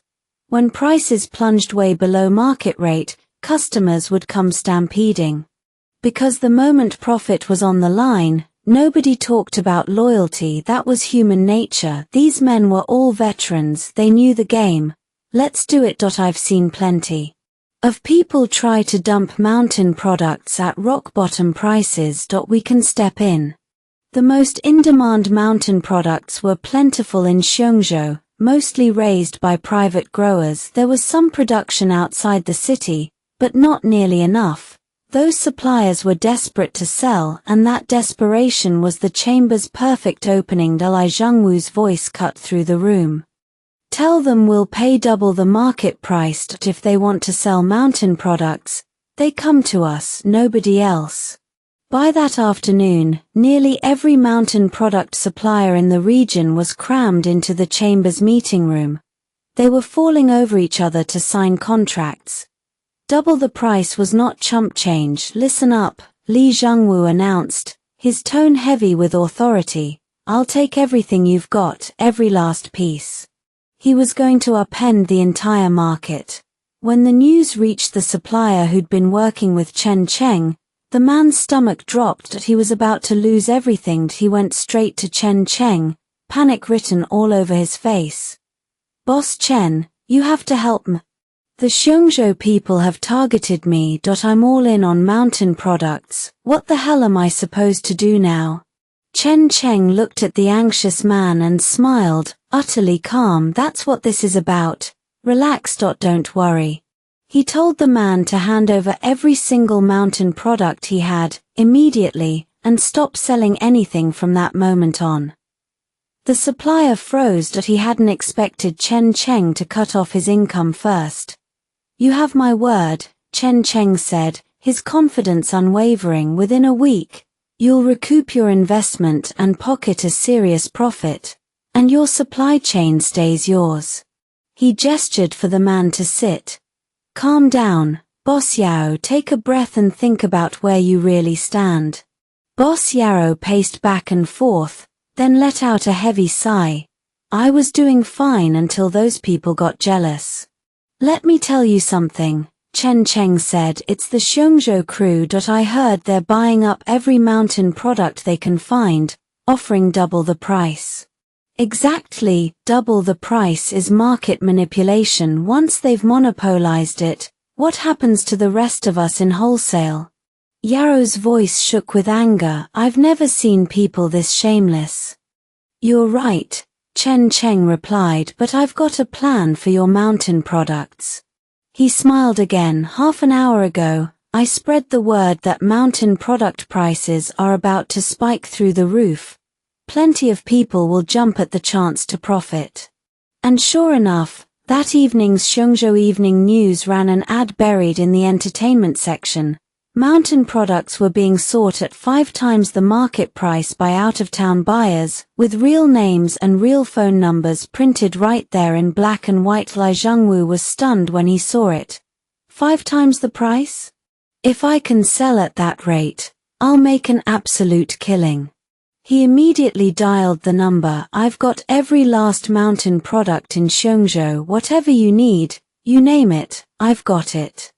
When he hung up, he lit a cigarette for his vice chairman, a self-satisfied smirk settling on his face. They're coming tomorrow morning to collect from the chamber. This is our first win. In his mind, Chen Cheng would never see this coming. He couldn't wait to watch the man scramble to clean up the mess. They didn't care whether Boss Yao lived or died. That small-time supplier meant absolutely nothing to them. Mark my words, Li Zhengwu said, exhaling smoke. That Xiongzhou market of theirs will be dead in 2 weeks.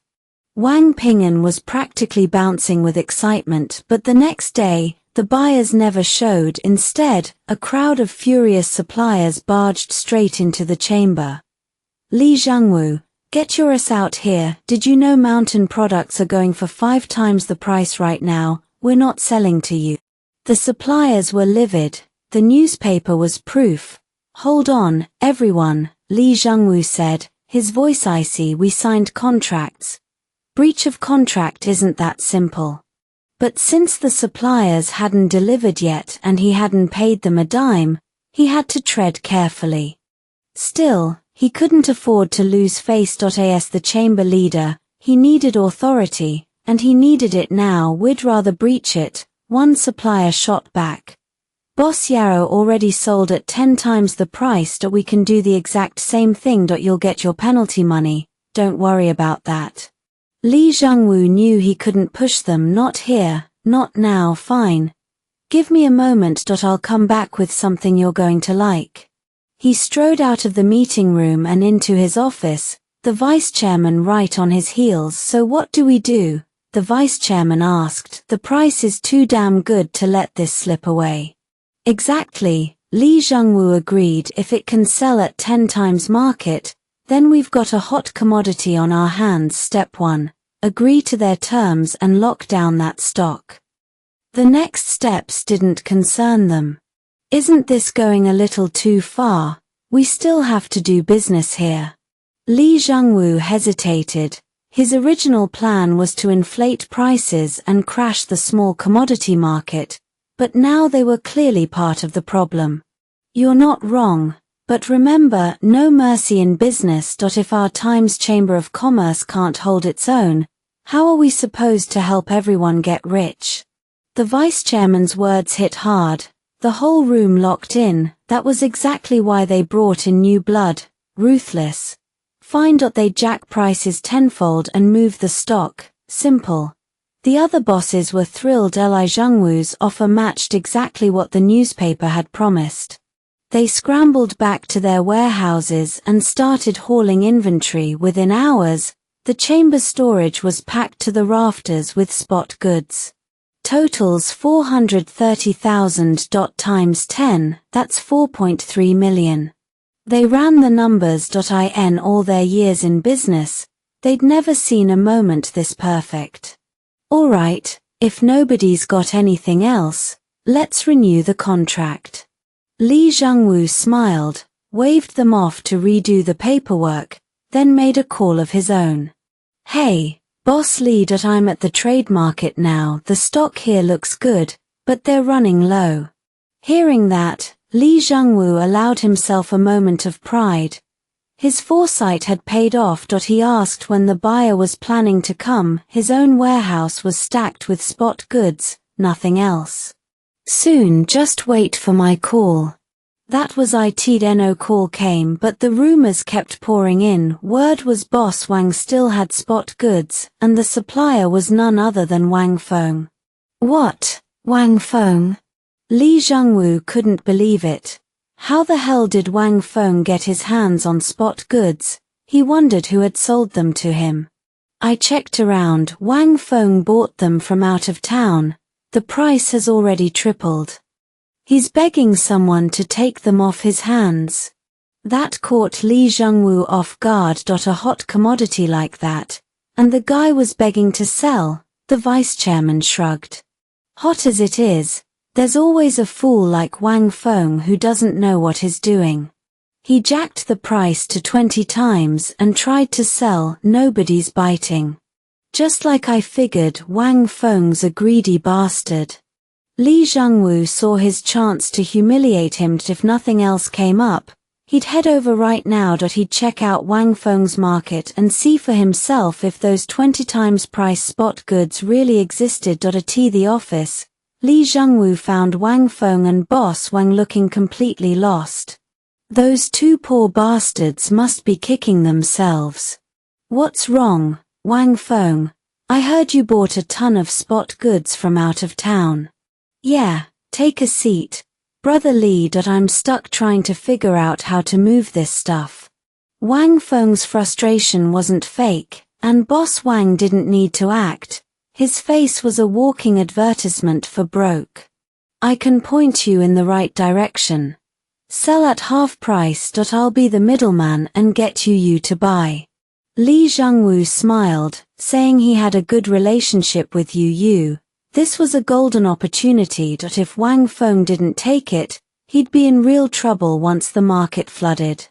I need to think it over. This whole situation is awkward. Wang Feng sighed, looking terrible. Opportunities don't wait. Look at you, big ambitions, and now you've made a mess of everything. Li Zhengwu laughed, satisfied. He waved a hand and told Wang Feng to come to him if he needed anything. If not, fine. He had no time to waste on stubborn fools. All right, thanks, Brother Li. Wang Feng stood and walked him out. He had no allies left. None of this surprised Li Zhengwu. It was all going according to plan. Quit the long face. Is gone. Wang Feng shot Boss Wang an annoyed look. The man was really leaning into the role. How can I not be miserable? My whole deal is tanking. What am I supposed to say?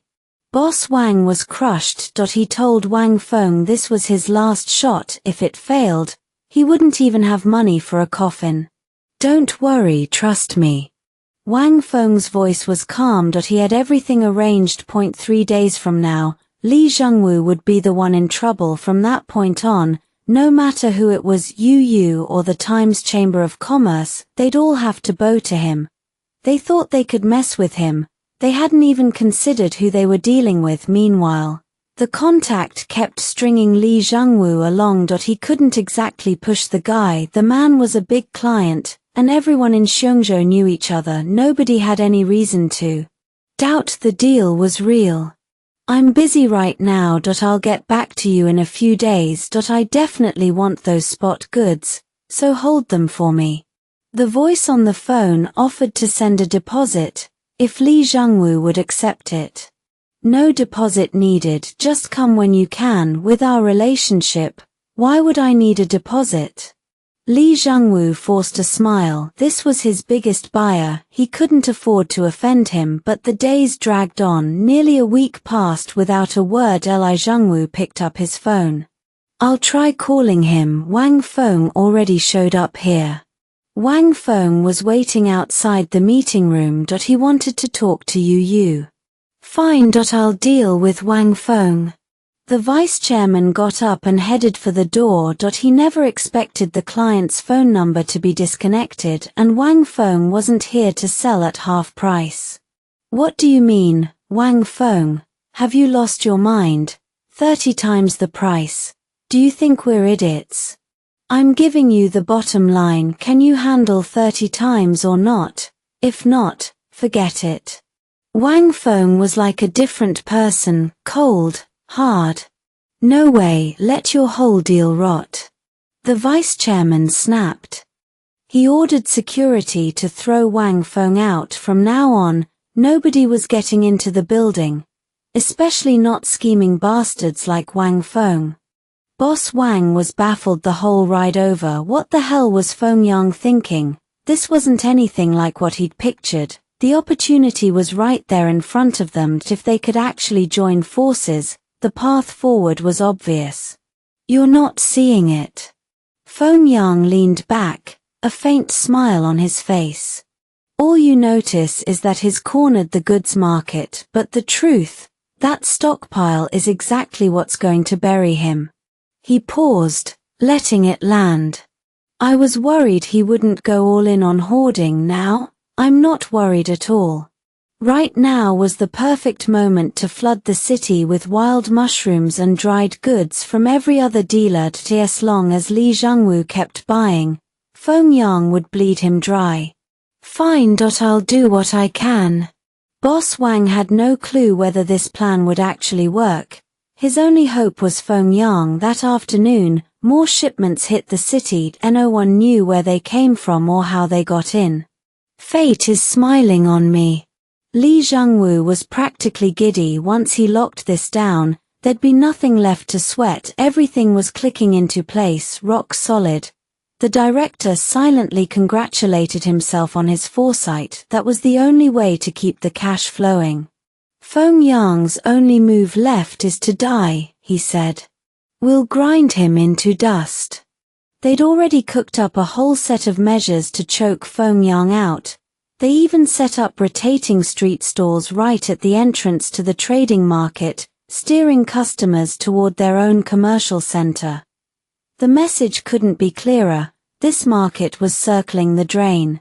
Merchants could dump their stock at rock-bottom prices. The trading center and the city chamber of commerce would swallow it all. You think they've gone too far? Feng Yang shot the question back with a grin, smoothing a map of the city across his desk.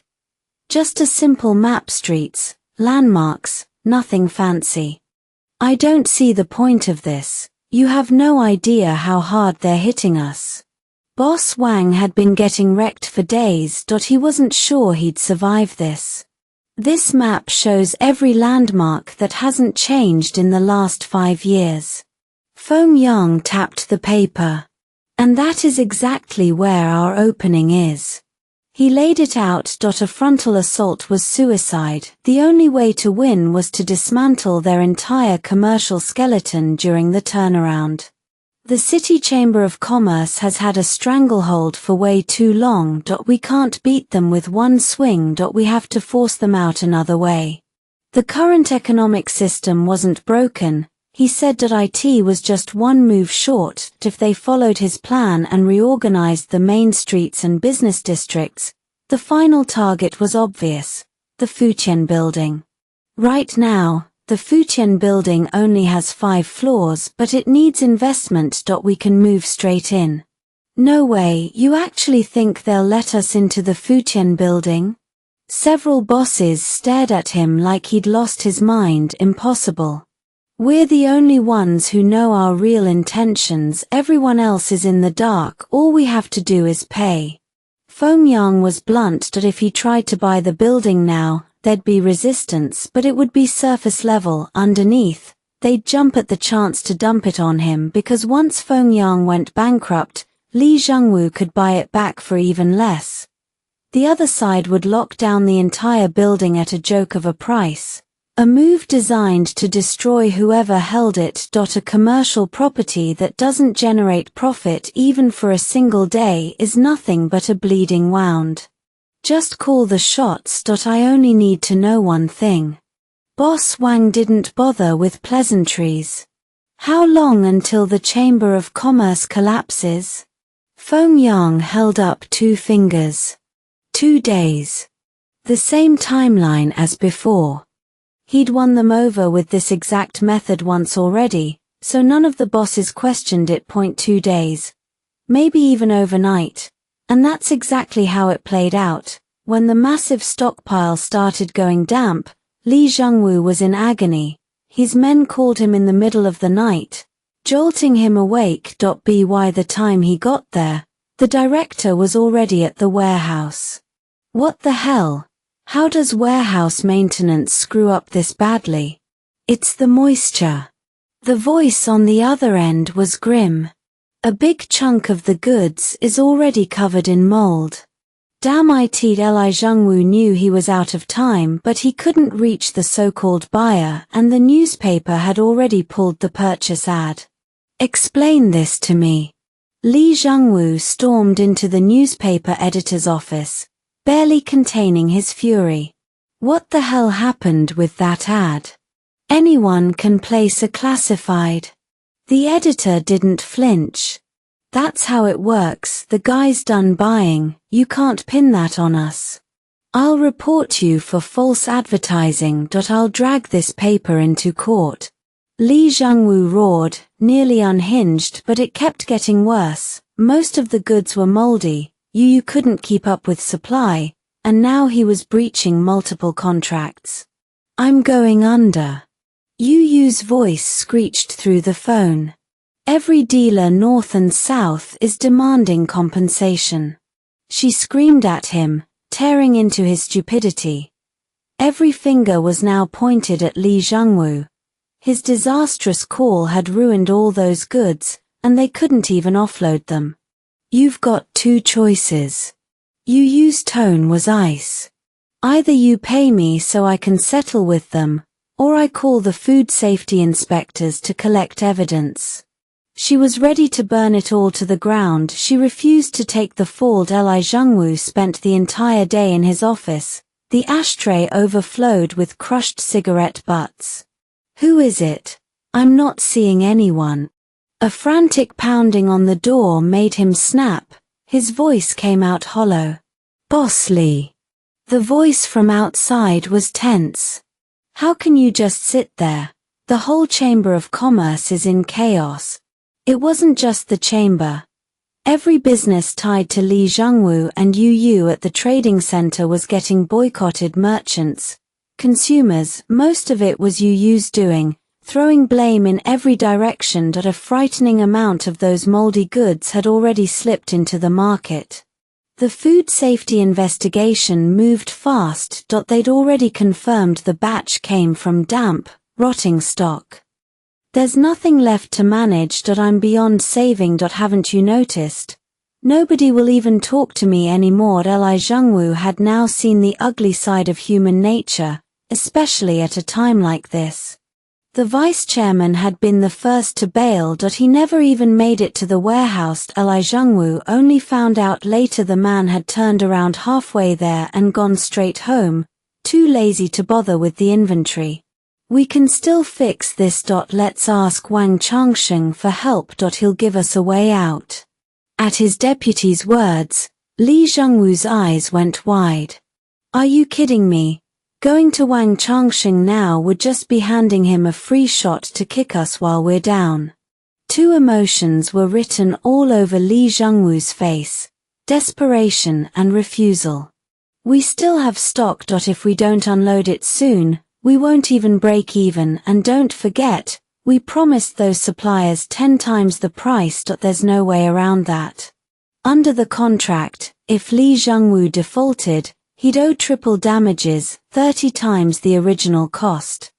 The choice was his. Nobody could make it for him. Fine. Let's go see Wang Changsheng. I don't have any other options now.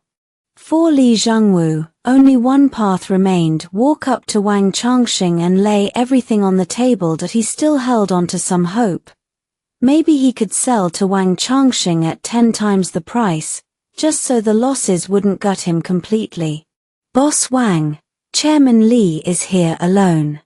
When he heard that, Wang Changsheng allowed a faint smile. He didn't say much, just told them to wait. Then he took his time. About half an hour passed before he finally showed up. I hear Chairman Li came to see me. What's the occasion?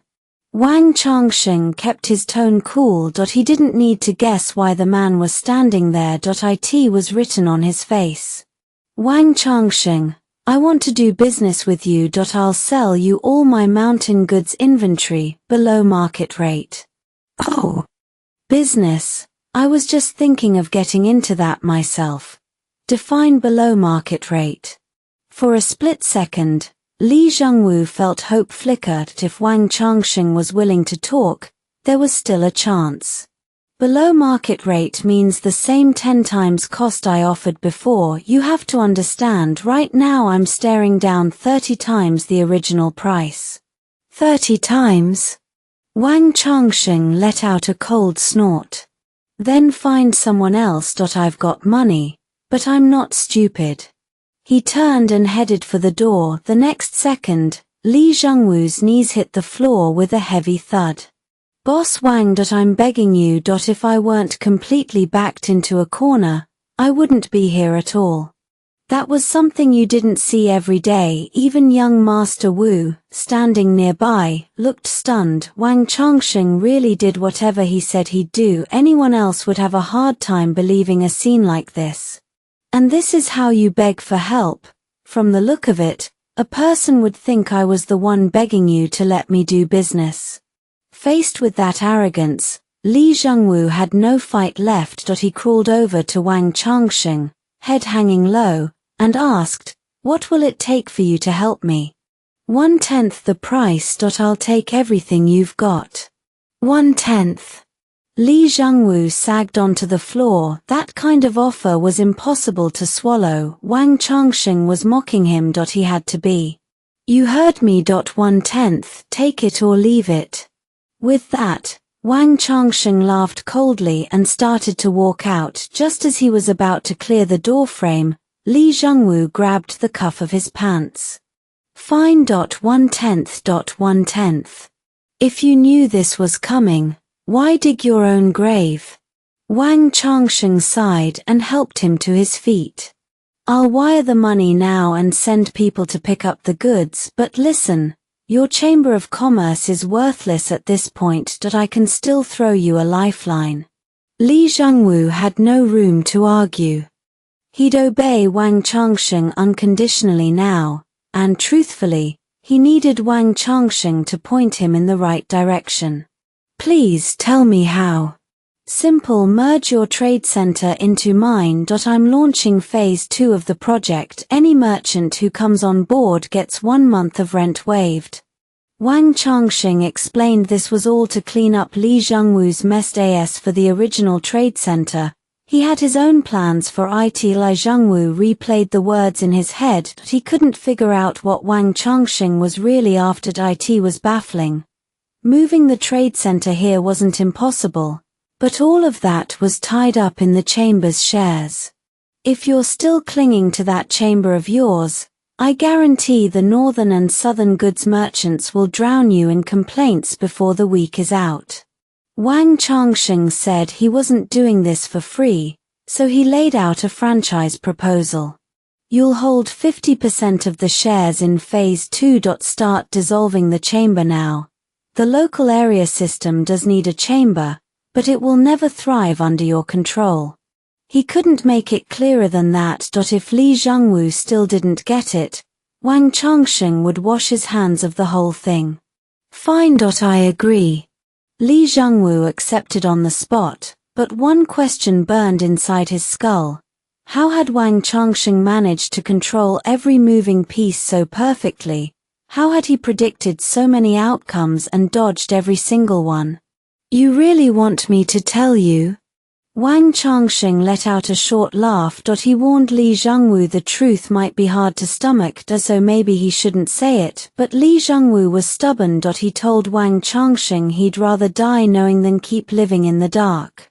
If you had taken my offer from the start, none of this would have happened, but not only did you refuse, you tried to use me to find a way out. Wang Changsheng told Li Zhengwu he was the one who spread the ads and the rumors, and he had only one goal: drive up the market price of mountain goods. That way, Li Zhengwu would pour everything he had into buying them up. There are only 2 things that make merchants go crazy: prices that skyrocket overnight, and a complete lack of market regulation. Mountain goods weren't local to the area, so the profit margins looked massive. 30 times the return. How many people could see that and not feel the pull? Even Wang Changsheng found it a little funny saying it out loud. Once profits passed 3 times, everyone lost their minds. So from the very beginning, this was your trap, and none of us ever noticed. By now Li Zhengwu was completely flattened. Facing an opponent like that was nothing short of a waking nightmare. It was never really a trap. He just maneuvered the situation within legal and reasonable boundaries. A lot of people didn't understand what monopoly really meant. They didn't grasp the true meaning of marketing strategy, but that kind of control only worked in the current era. In the future, it would be anyone's guess. Li Zhengwu's relationship with Chen Cheng had thawed, mostly because he'd pinned all his hopes on phase 2. Business here hadn't suffered at all. Customers streamed in and out daily without pause. So, Boss Chen, what exactly are you planning for Xiongzhou? I'm having a hard time following your moves. Chen Cheng shook his head. None of you have realized it yet, but the real money isn't here. It's in Parrot Town. I've been there once, and I guarantee the model we're building in Xiongzhou will be 10 times better. He genuinely admired Parrot Town's commercial system. That kind of self-contained operation wasn't something you could just copy. The local economy was built entirely on physical industries, completely self-sufficient. The scale wasn't huge, but it was sustainable. There would never be another Parrot Town. Everything after would be an imitation, but for now, if they could build Xiongzhou right in the short term, the whole dynamic would shift. This was a city, not a small town. There's no point keeping the trade mall. That plot's getting demolished sooner or later. The World Trade Building is too short. I'll buy it back, finance the renovation, and rebuild it. Chen Cheng told them the landmark project would start with the World Trade Building. They'd invest in a cluster of commercial buildings fast. They didn't need to be towering, just solid and well designed. For Xiongzhou, 4 or 5-story malls were plenty. Anything higher was unnecessary. Li Zhengwu stared. You know, I'm starting to think you're not even a businessman. Hearing you say stuff like that, he was taken aback. Chen Cheng wasn't ordinary. The guy came off like a fortune teller, every move under his control, every tiny detail thought through in advance. Dealing with someone this sharp, Li Zhengwu couldn't tell if it was a blessing or a curse. Chen Cheng's voice was flat. Now, we terminate the contracts with any merchants in the trade malls who won't cooperate from this point on. There's only phase 1 and phase 2 here, and I expect you to manage this place well. For now, Chen Cheng had no intention of giving Li Zhengwu more opportunities. The man wasn't management material. Too many bad habits and flaws. Letting someone like that run the entire Xiongzhou commercial operation would be a joke, and no matter what attitude Li Zhengwu took, Chen Cheng wouldn't give an inch. That was his rule. Alright, that's it for now. I'll assign professional managers to handle things here from now on. You'll follow their arrangements. Before leaving, Chen Cheng optimized the entire warehouse setup so nothing else unexpected could happen, and with Kui Xiaoqi's shop nearly finished, there was no reason to stick around Xiongzhou. He made a call. Pick me up at the station in half an hour. I'm on my way. Zhu Kaiyang froze when he heard Chen Cheng's voice. Already done with the east side, that was fast. Got it. I'm heading over now. Perfect timing. I've got a project I want you to check out. Truth be told, Zhu Kaiyang's efficiency had skyrocketed. The location Chen Cheng had picked for him had zero obstacles. In this urban environment, no building project couldn't get off the ground. Zhu Kaiyang met him with a grin. Coming here was the right move. I've already lined up 10 branch store locations. He told Chen Cheng he'd already had Big Feng start the inventory transfer. Old Wang and the others would be shipping everything in soon. 10 stores. That fast? Chen Cheng's brows rose. Was the central region really that starved for food businesses? Honestly, the central region isn't lacking food businesses, Zhu Kaiyang said. It's lacking novelty.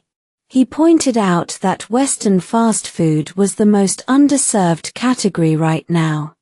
If they'd started a few years earlier, there wouldn't have been room for foreign competitors. The timing's right. I can already see our company's future. Unlimited potential. Don't get ahead of yourself. Chen Cheng's tone sharpened. Let me tell you, Xiongzhou isn't developing well. We might have to shift our focus. He said it to keep Zhu Kaiyang grounded. If Xiongzhou lost momentum, it would mean a complete collapse of their plans. No single person, or even a few, could reverse that. The ripple effect would be massive. Forget that for now. I've got a big project for you. Check it out. Zhu Kaiyang led Chen Cheng straight to Maple City Hotel, where a group of business owners was already waiting. Everyone, this is Boss Chen I told you about. My partner, Chen Cheng. Zhu Kaiyang's introduction was polite, and instantly Chen Cheng became the center of attention. A heavy-set man in a floral shirt stepped forward, all smiles, young and talented. Boss Chen, finally, I get to meet the man behind the legend. Chen Cheng sized him up. The man looked harmless, but in business, appearances meant nothing. This one was definitely seasoned. You flatter me. I'm just a small-time businessman. I hope you all can give me a chance to earn. Let's all profit together. With that, Chen Cheng took a seat with ease. Zhu Kaiyang hadn't prepped him on who these people were, but after years of reading people, he could guess 8 or 9 out of 10. If I'm not mistaken, you're in the shipping trade, right? He'd noticed the man's skin had 2 distinct tan lines, the kind no northern sun could produce. The man's smile widened. Sharp eye. Boss Chen. We're all in shipping. We wanted to talk to your machinery factory about a deal. They needed 100 large steering gears, plus a full circuit retrofit and supply. No problem. 100 steering gears. Chen Cheng waved it off. I thought it was something big. The boss blinked. What? 100 steering gears isn't a big project. He had no clue why Chen Cheng would react like that. An order this size would be huge for any machinery factory. They'd be falling over themselves to please him. Looks like you don't quite get it, let me explain. Chen Cheng leaned forward. Your current ships are usable, and replacing the steering gears would cut down on headaches, but I'd recommend swapping out the core components instead.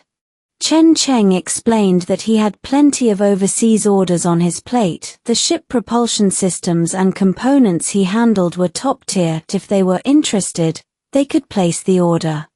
Just a shipping business. I thought you were going to say something impressive. Boss Wang's tone was flat, dismissive. Wang Ping'an didn't even blink. The other bosses, though, they couldn't stay calmed. No small factory in this country would dare touch an order for 100 steering gears. That was major corporation territory. OEM level. And Wang Ping'an had brushed it off like it was a minor inconvenience. How could that not rattle them? Mr. Wang, you've been watching too many sci-fi movies. You're joking, right? Overthinking it. Boss Wang. I wouldn't joke with you. Wang Ping'an's voice was easy, his face unreadable. Truth is, our factory's swamped, but business is business, friends are friends. I'll take the deal. He hadn't even planned on landing this order, pure luck. But that wasn't the part making the room nervous. They had no idea how deep his reach actually went, and the way he carried himself made it clear this was not an ordinary man. Mr. Wang, we're from up north, but we like doing business with you. We hear you're in food. You got any orders you can send our way? Orders? He said it like the word barely registered. Plenty, depends on what you need. I've got everything here.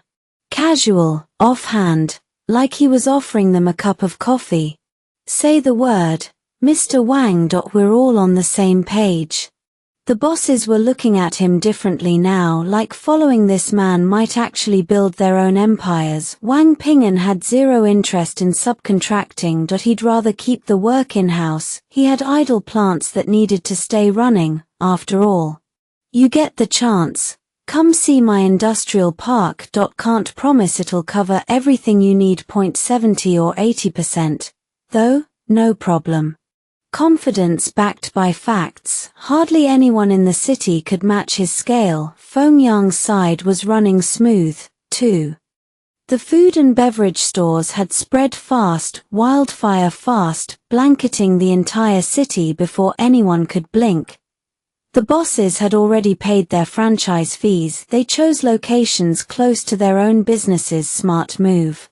How about we head over with Mr. Wang today? Take a look for ourselves. None of us have anything else going on. Boss Wang took the lead, quick to clarify he had no agenda. He'd cover his own room and board. He just wanted to see the operation with his own eyes. No problem. I've been away from home long enough anyway. Everyone agreed. They headed straight for the airport. Fengyang couldn't go yet. Loose ends still needed tying up here. He shot Wang Ping'an a look resigned. Wang Ping'an just nodded. Alright, old Feng's got things handled. You all come with me. A few hours later, they stood in front of the Pingxing food factory. Trucks moved in orderly lines, in and out. The industrial park stretched out, massive. Bro, you're back. Feng Mingdong had just finished with some clients. He'd been holding everything down for days. I brought some bosses. Let me introduce you. This is Vice President Feng, his supervising Pingxing Food Company.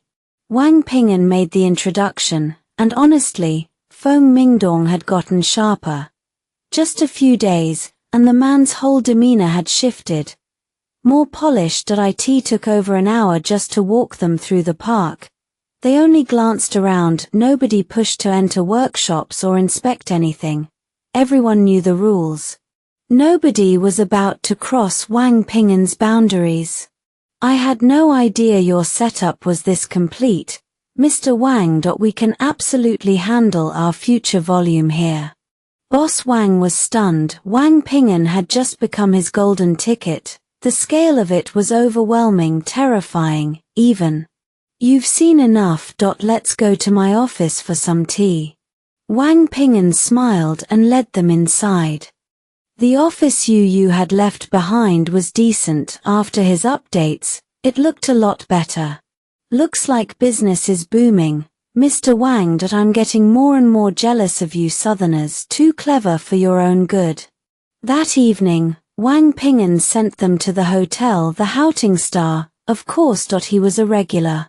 Rest up, everyone. I've arranged everything. Tell me if you need anything. He waved over the lobby manager, who hurried up with a fawning smile. What do you need, Brother Wang? I'm at your service. Nothing much. These are important bosses. Treat them well. Don't slack. Wang Ping'an waved his hand and walked out. He needed to get back to the company. Check on things. He'd signed plenty of orders, but the bosses hadn't made any payments yet. The deals weren't finalized. Over the last half-month, all his industrial chains combined had pulled in $3,400,000 in revenue. That included a lot of pending orders, not counting franchise fees. Add those in, and the total climbed to nearly $40 million, but he'd also spent heavily on acquiring a logistics company. His cash flow was barely holding steady. All right, short meeting.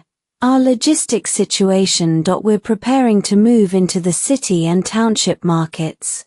Wang Ping'an motioned for all management to sit.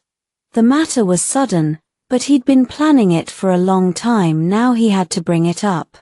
What exactly is logistics? How is it different from our regular transportation? Wang Changsheng looked genuinely confused. Logistics is transportation, but the model is different. Instead of targeting only material suppliers, we open it to the general public. Anyone with a shipping need can place an order. He kept the explanation simple. The system was more comprehensive, easier to scale. Most people still hadn't grasped the true potential of logistics. If his system rolled out fully, it would monopolize the entire industry ahead of schedule. The logistics industry was due for integration. Future models would emerge, but by then, he'd already have the first mover advantage. Everything would shift. As though right now, he needed management to understand these concepts. What about just this small area? Can we use logistics? Wang Changsheng leaned forward, pressing. Of course we can.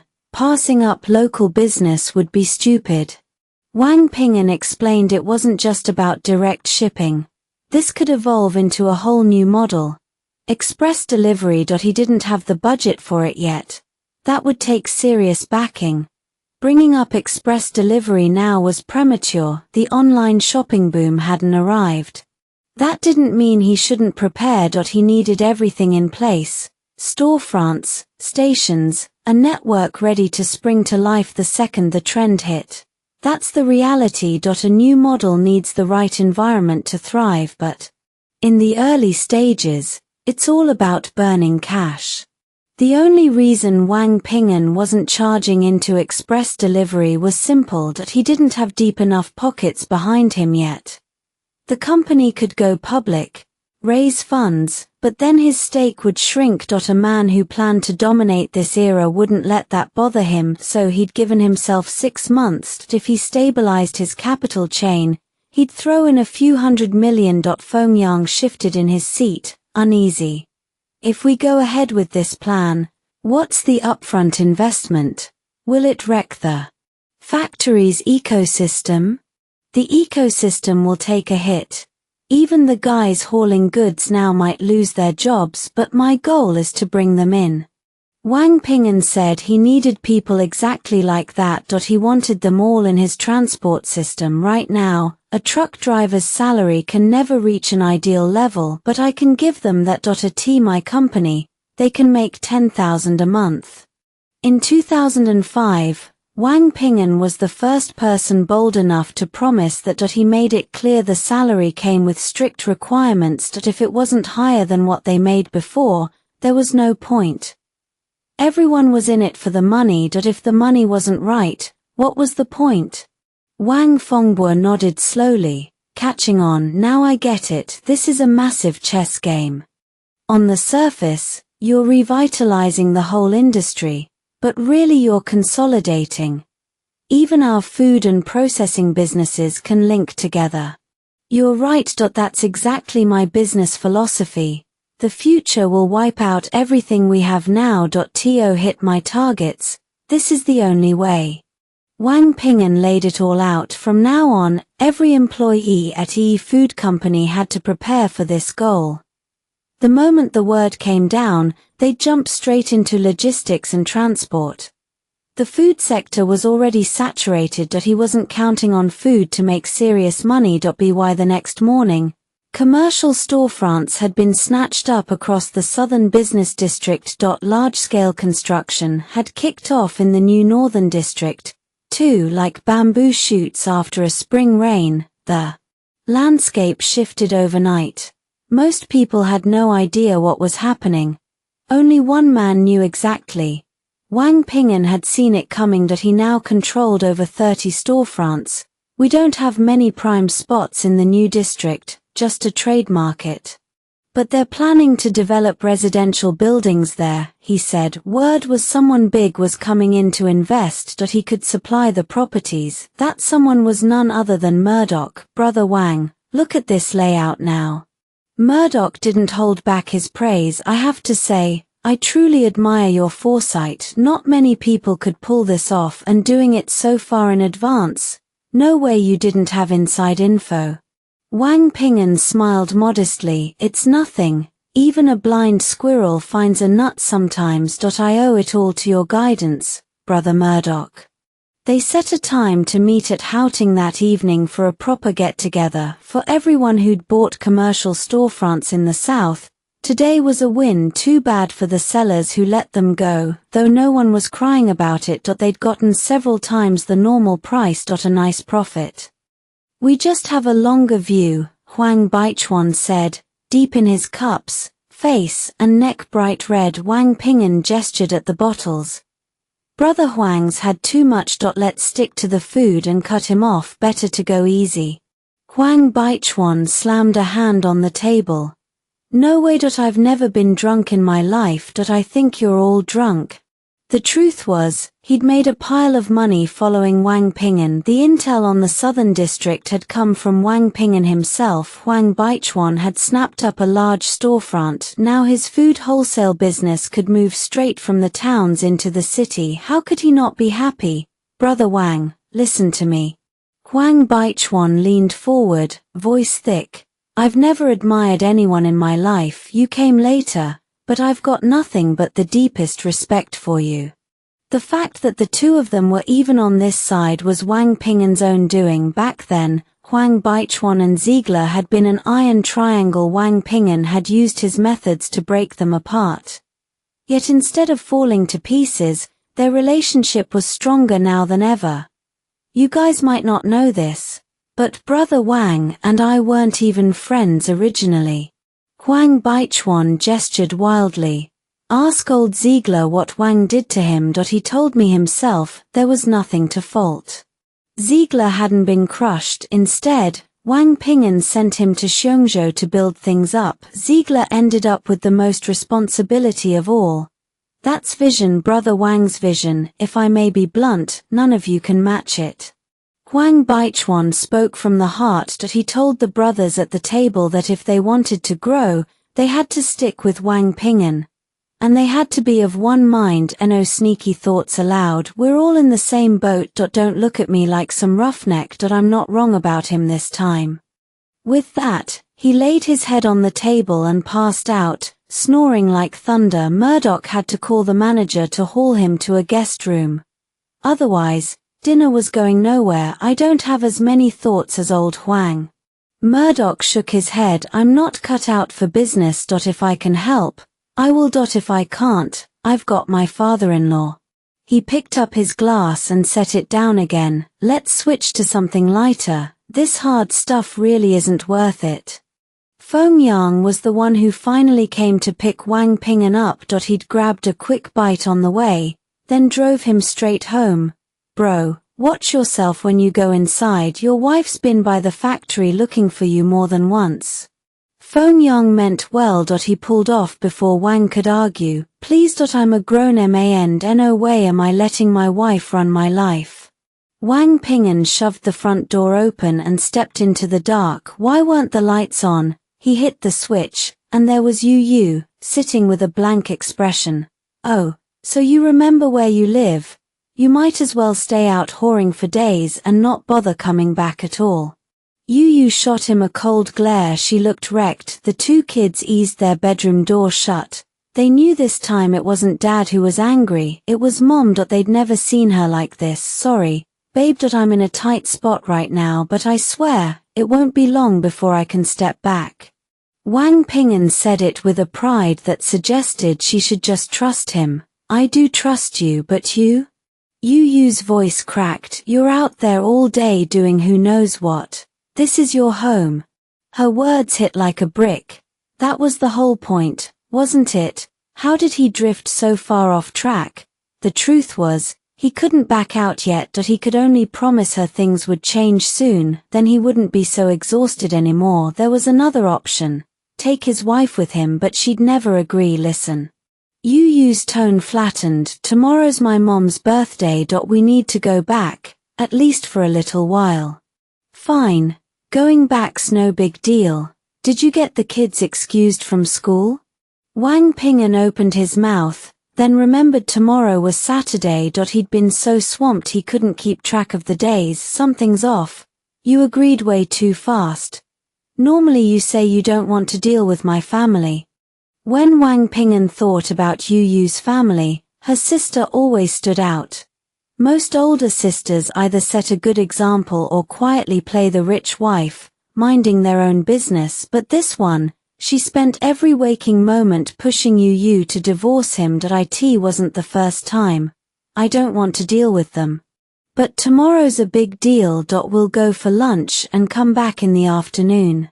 Wang Ping'an smiled, playing along. Tomorrow would probably be one long parade of showing off, even if nobody called it that yet. The next morning, he got the kids dressed.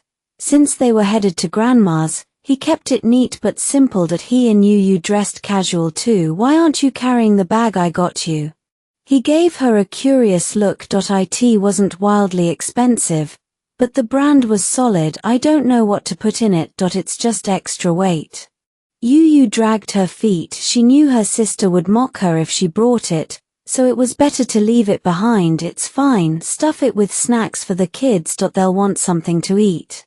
Wang Ping'an eased his son and daughter into the back seat, then waved Yu in. He wasn't sure where her parents lived now. His fuzzy memory said it should be the old place. Why are you driving this way? This is our old house. We sold it ages ago. Yu frowned. She hadn't expected him to come here. I forgot where your parents live now. You'll have to direct me. Wang Ping'an felt awkward. How was he supposed to remember? Her family ran businesses, they had more than one house. When they finally pulled up, he spotted a Pegasi by the gate. Probably Yu's sister and brother-in-law's car. His own Pegasi was nothing to be embarrassed about. It fit right in. You two little rascals, take these gifts inside. Wang Ping'an gave the kids a gentle nudge. If they carried the stuff in, nothing bad would happen. Sure enough, when they pushed the door open, everyone made a fuss over the children. The mood was calm when they saw Yu, but the moment Wang Ping'an walked in, the temperature dropped.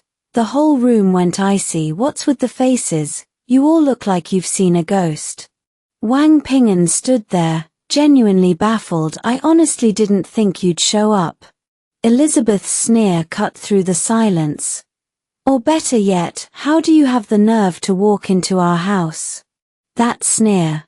Wang Ping'an swore he'd remember it for 2 lifetimes. Our house. I came to wish Yu's mom a happy birthday. You think I actually wanted to see you?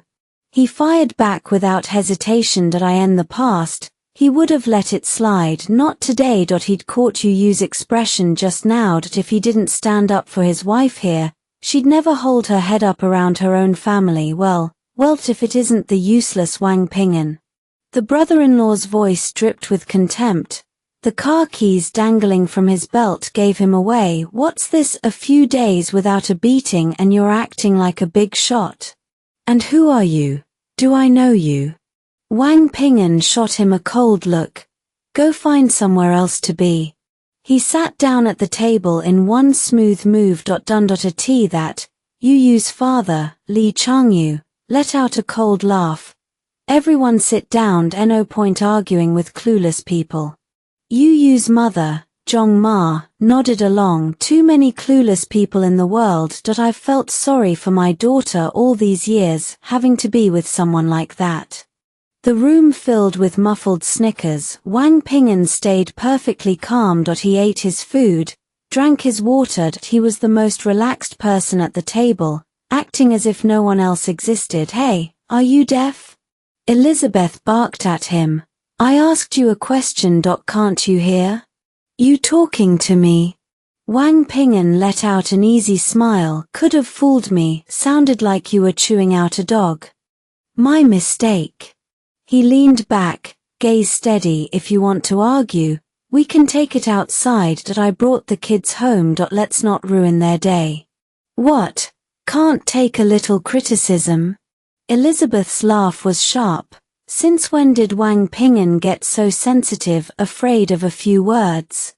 The whole room broke into laughter. They'd been waiting for this day. In fact, they'd planned it the night before. If Wang Ping'an dared to show up, this was exactly what he'd get. They never expected the idiot to actually walk straight into the trap. "So, I can see Wang Ping'an's looking pretty pleased with himself. How much did you rake in this year?" His brother-in-law, Wang Feng, was a contractor, nothing flashy. His beat-up pagazi matched his status just fine. He pulled in a steady 5 figures a year in Malar currency. A few thousand a month, easy. For a family like theirs, that was more than enough to live comfortably in the city. "Not much, just broke into the 5-figure range this year," Wang Ping'an said. His voice even. "Tens of thousands counted as 5 figures, so did hundreds of thousands, hell, even tens of millions technically qualified as just breaking in. How they chose to hear it, that was on them. Just broke in. No offense, but with 2 kids, how's that supposed to work?" Zhong Ma sneered. "I heard you still selling watches at the mall. I've got a janitor opening here. A couple hundred a month. Work's not too heavy."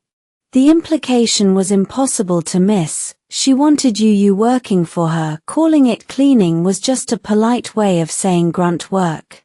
"That won't be necessary. I've already had you quit her job. She's not about to come scrub your floors." Wang Ping'an shrugged. If they needed extra hands, they could call a temp agency. Plenty of college kids would take the gig. That landed like a slap. Zhong Ma and Wang Feng both stiffened. Who did Wang Ping'an think he was? Did he honestly believe college students were only good for scrubbing toilets? What is this? No job. How are you two going to support yourselves? You're not seriously counting on this deadbeat, are you? Old Jiang had been trying to hold his temper, but at this point, he couldn't keep quiet. Wang Ping'an caught the way Yu's face crumpled and offered a thin smile. "I told her to quit. The kids need someone at home, and I won't have her running herself ragged out there just to prove a point." He cut in before she had to. Let him handle their little jabs. No need to say anything else. The people who understood already understood. The ones who didn't would never get it. No matter how much you explained, their minds were locked in their tiny boxes, and arguing only made things worse. "Ridiculous, you just do whatever he tells you. You're an embarrassment to the Zhong family." Old Jiang hurled his wine glass to the floor, his face twisted with rage. Dinner was over. What was supposed to be his mother-in-law's birthday dinner had turned into a full-on ambush, and Wang Ping'an was the target. Every single one of them had their knives out. If this kept going, the humiliation would only get uglier. Wang Ping'an saw the helpless look on Yu Yu's face, and it twisted something inside him. They wanted to come for him. Fine, but why drag his wife into it? Did they really think he had no spine at all? Enough. Let's just finish eating and go, Yu Yu said. Her voice drained. It was all she could manage.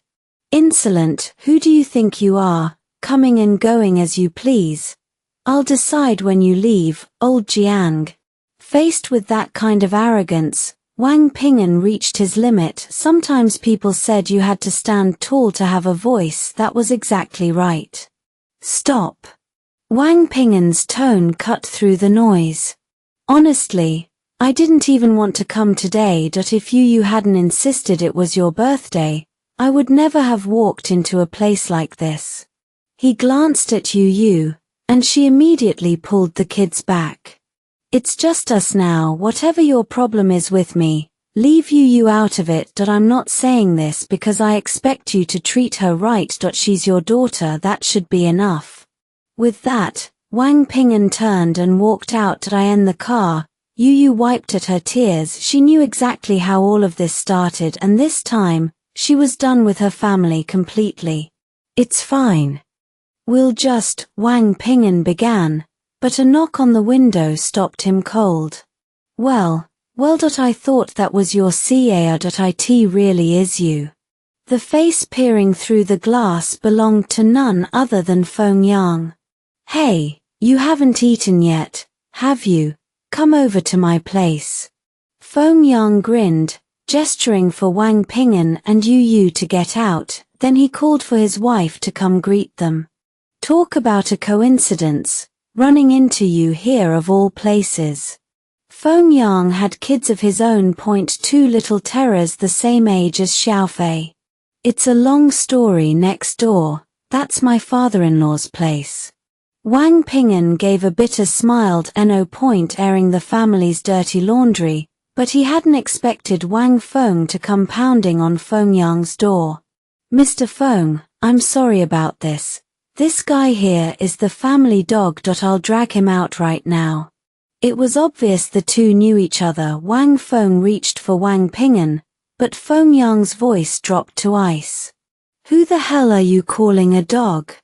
Him. Don't embarrass yourself, get out of here. Wang Feng kept making a racket, and Zhong Ma rushed over too. Mr. Feng, how can you let this man stay here? Wang Ping'an, do you seriously think you belong in Mr. Feng's home? Her eyes were sharp with contempt, but she reined it in, mindful of Feng Yang standing right there. This is my house. Now both of you, get the hell out. Feng Yang's voice boomed with barely contained fury. You heard him. Mr. Feng said get out. Wang Feng puffed out his chest. How could anyone be this shameless, doing nothing, acting so damn entitled? I said you get out. Feng Yang's burning gaze locked onto Wang Feng, who flinched, suddenly unsure what to do. Mr. Feng, you're misunderstanding the situation. This guy's a complete thug, drinks all day, does nothing, beats his wife. Before he could finish, Feng Yang shoved him through the door and slammed it shut. The message was crystal clear. He didn't believe a word coming out of Wang Feng's mouth. The couple stood outside, baffled. What had gotten into Feng Yang? Why the hell would he side with Wang Ping'an? When they shuffled back into old Jiang's house, their faces hollow with defeat, the old man finally sensed something was wrong. What happened? You two look like you've seen a ghost. Wang Ping'an sweet-talked his way into Feng Yang's good graces. Somehow. You've got to go see it. If Mr. Feng pins this on us, we're finished. Old Jiang felt his world tilt. What the hell was going on? He and Louise couldn't sit still. They bolted out the door. Brother Wang, isn't that your father-in-law? Feng Yang cleared his throat. Take a good look at him now. Today, he was going to help Wang Ping'an get that respect back.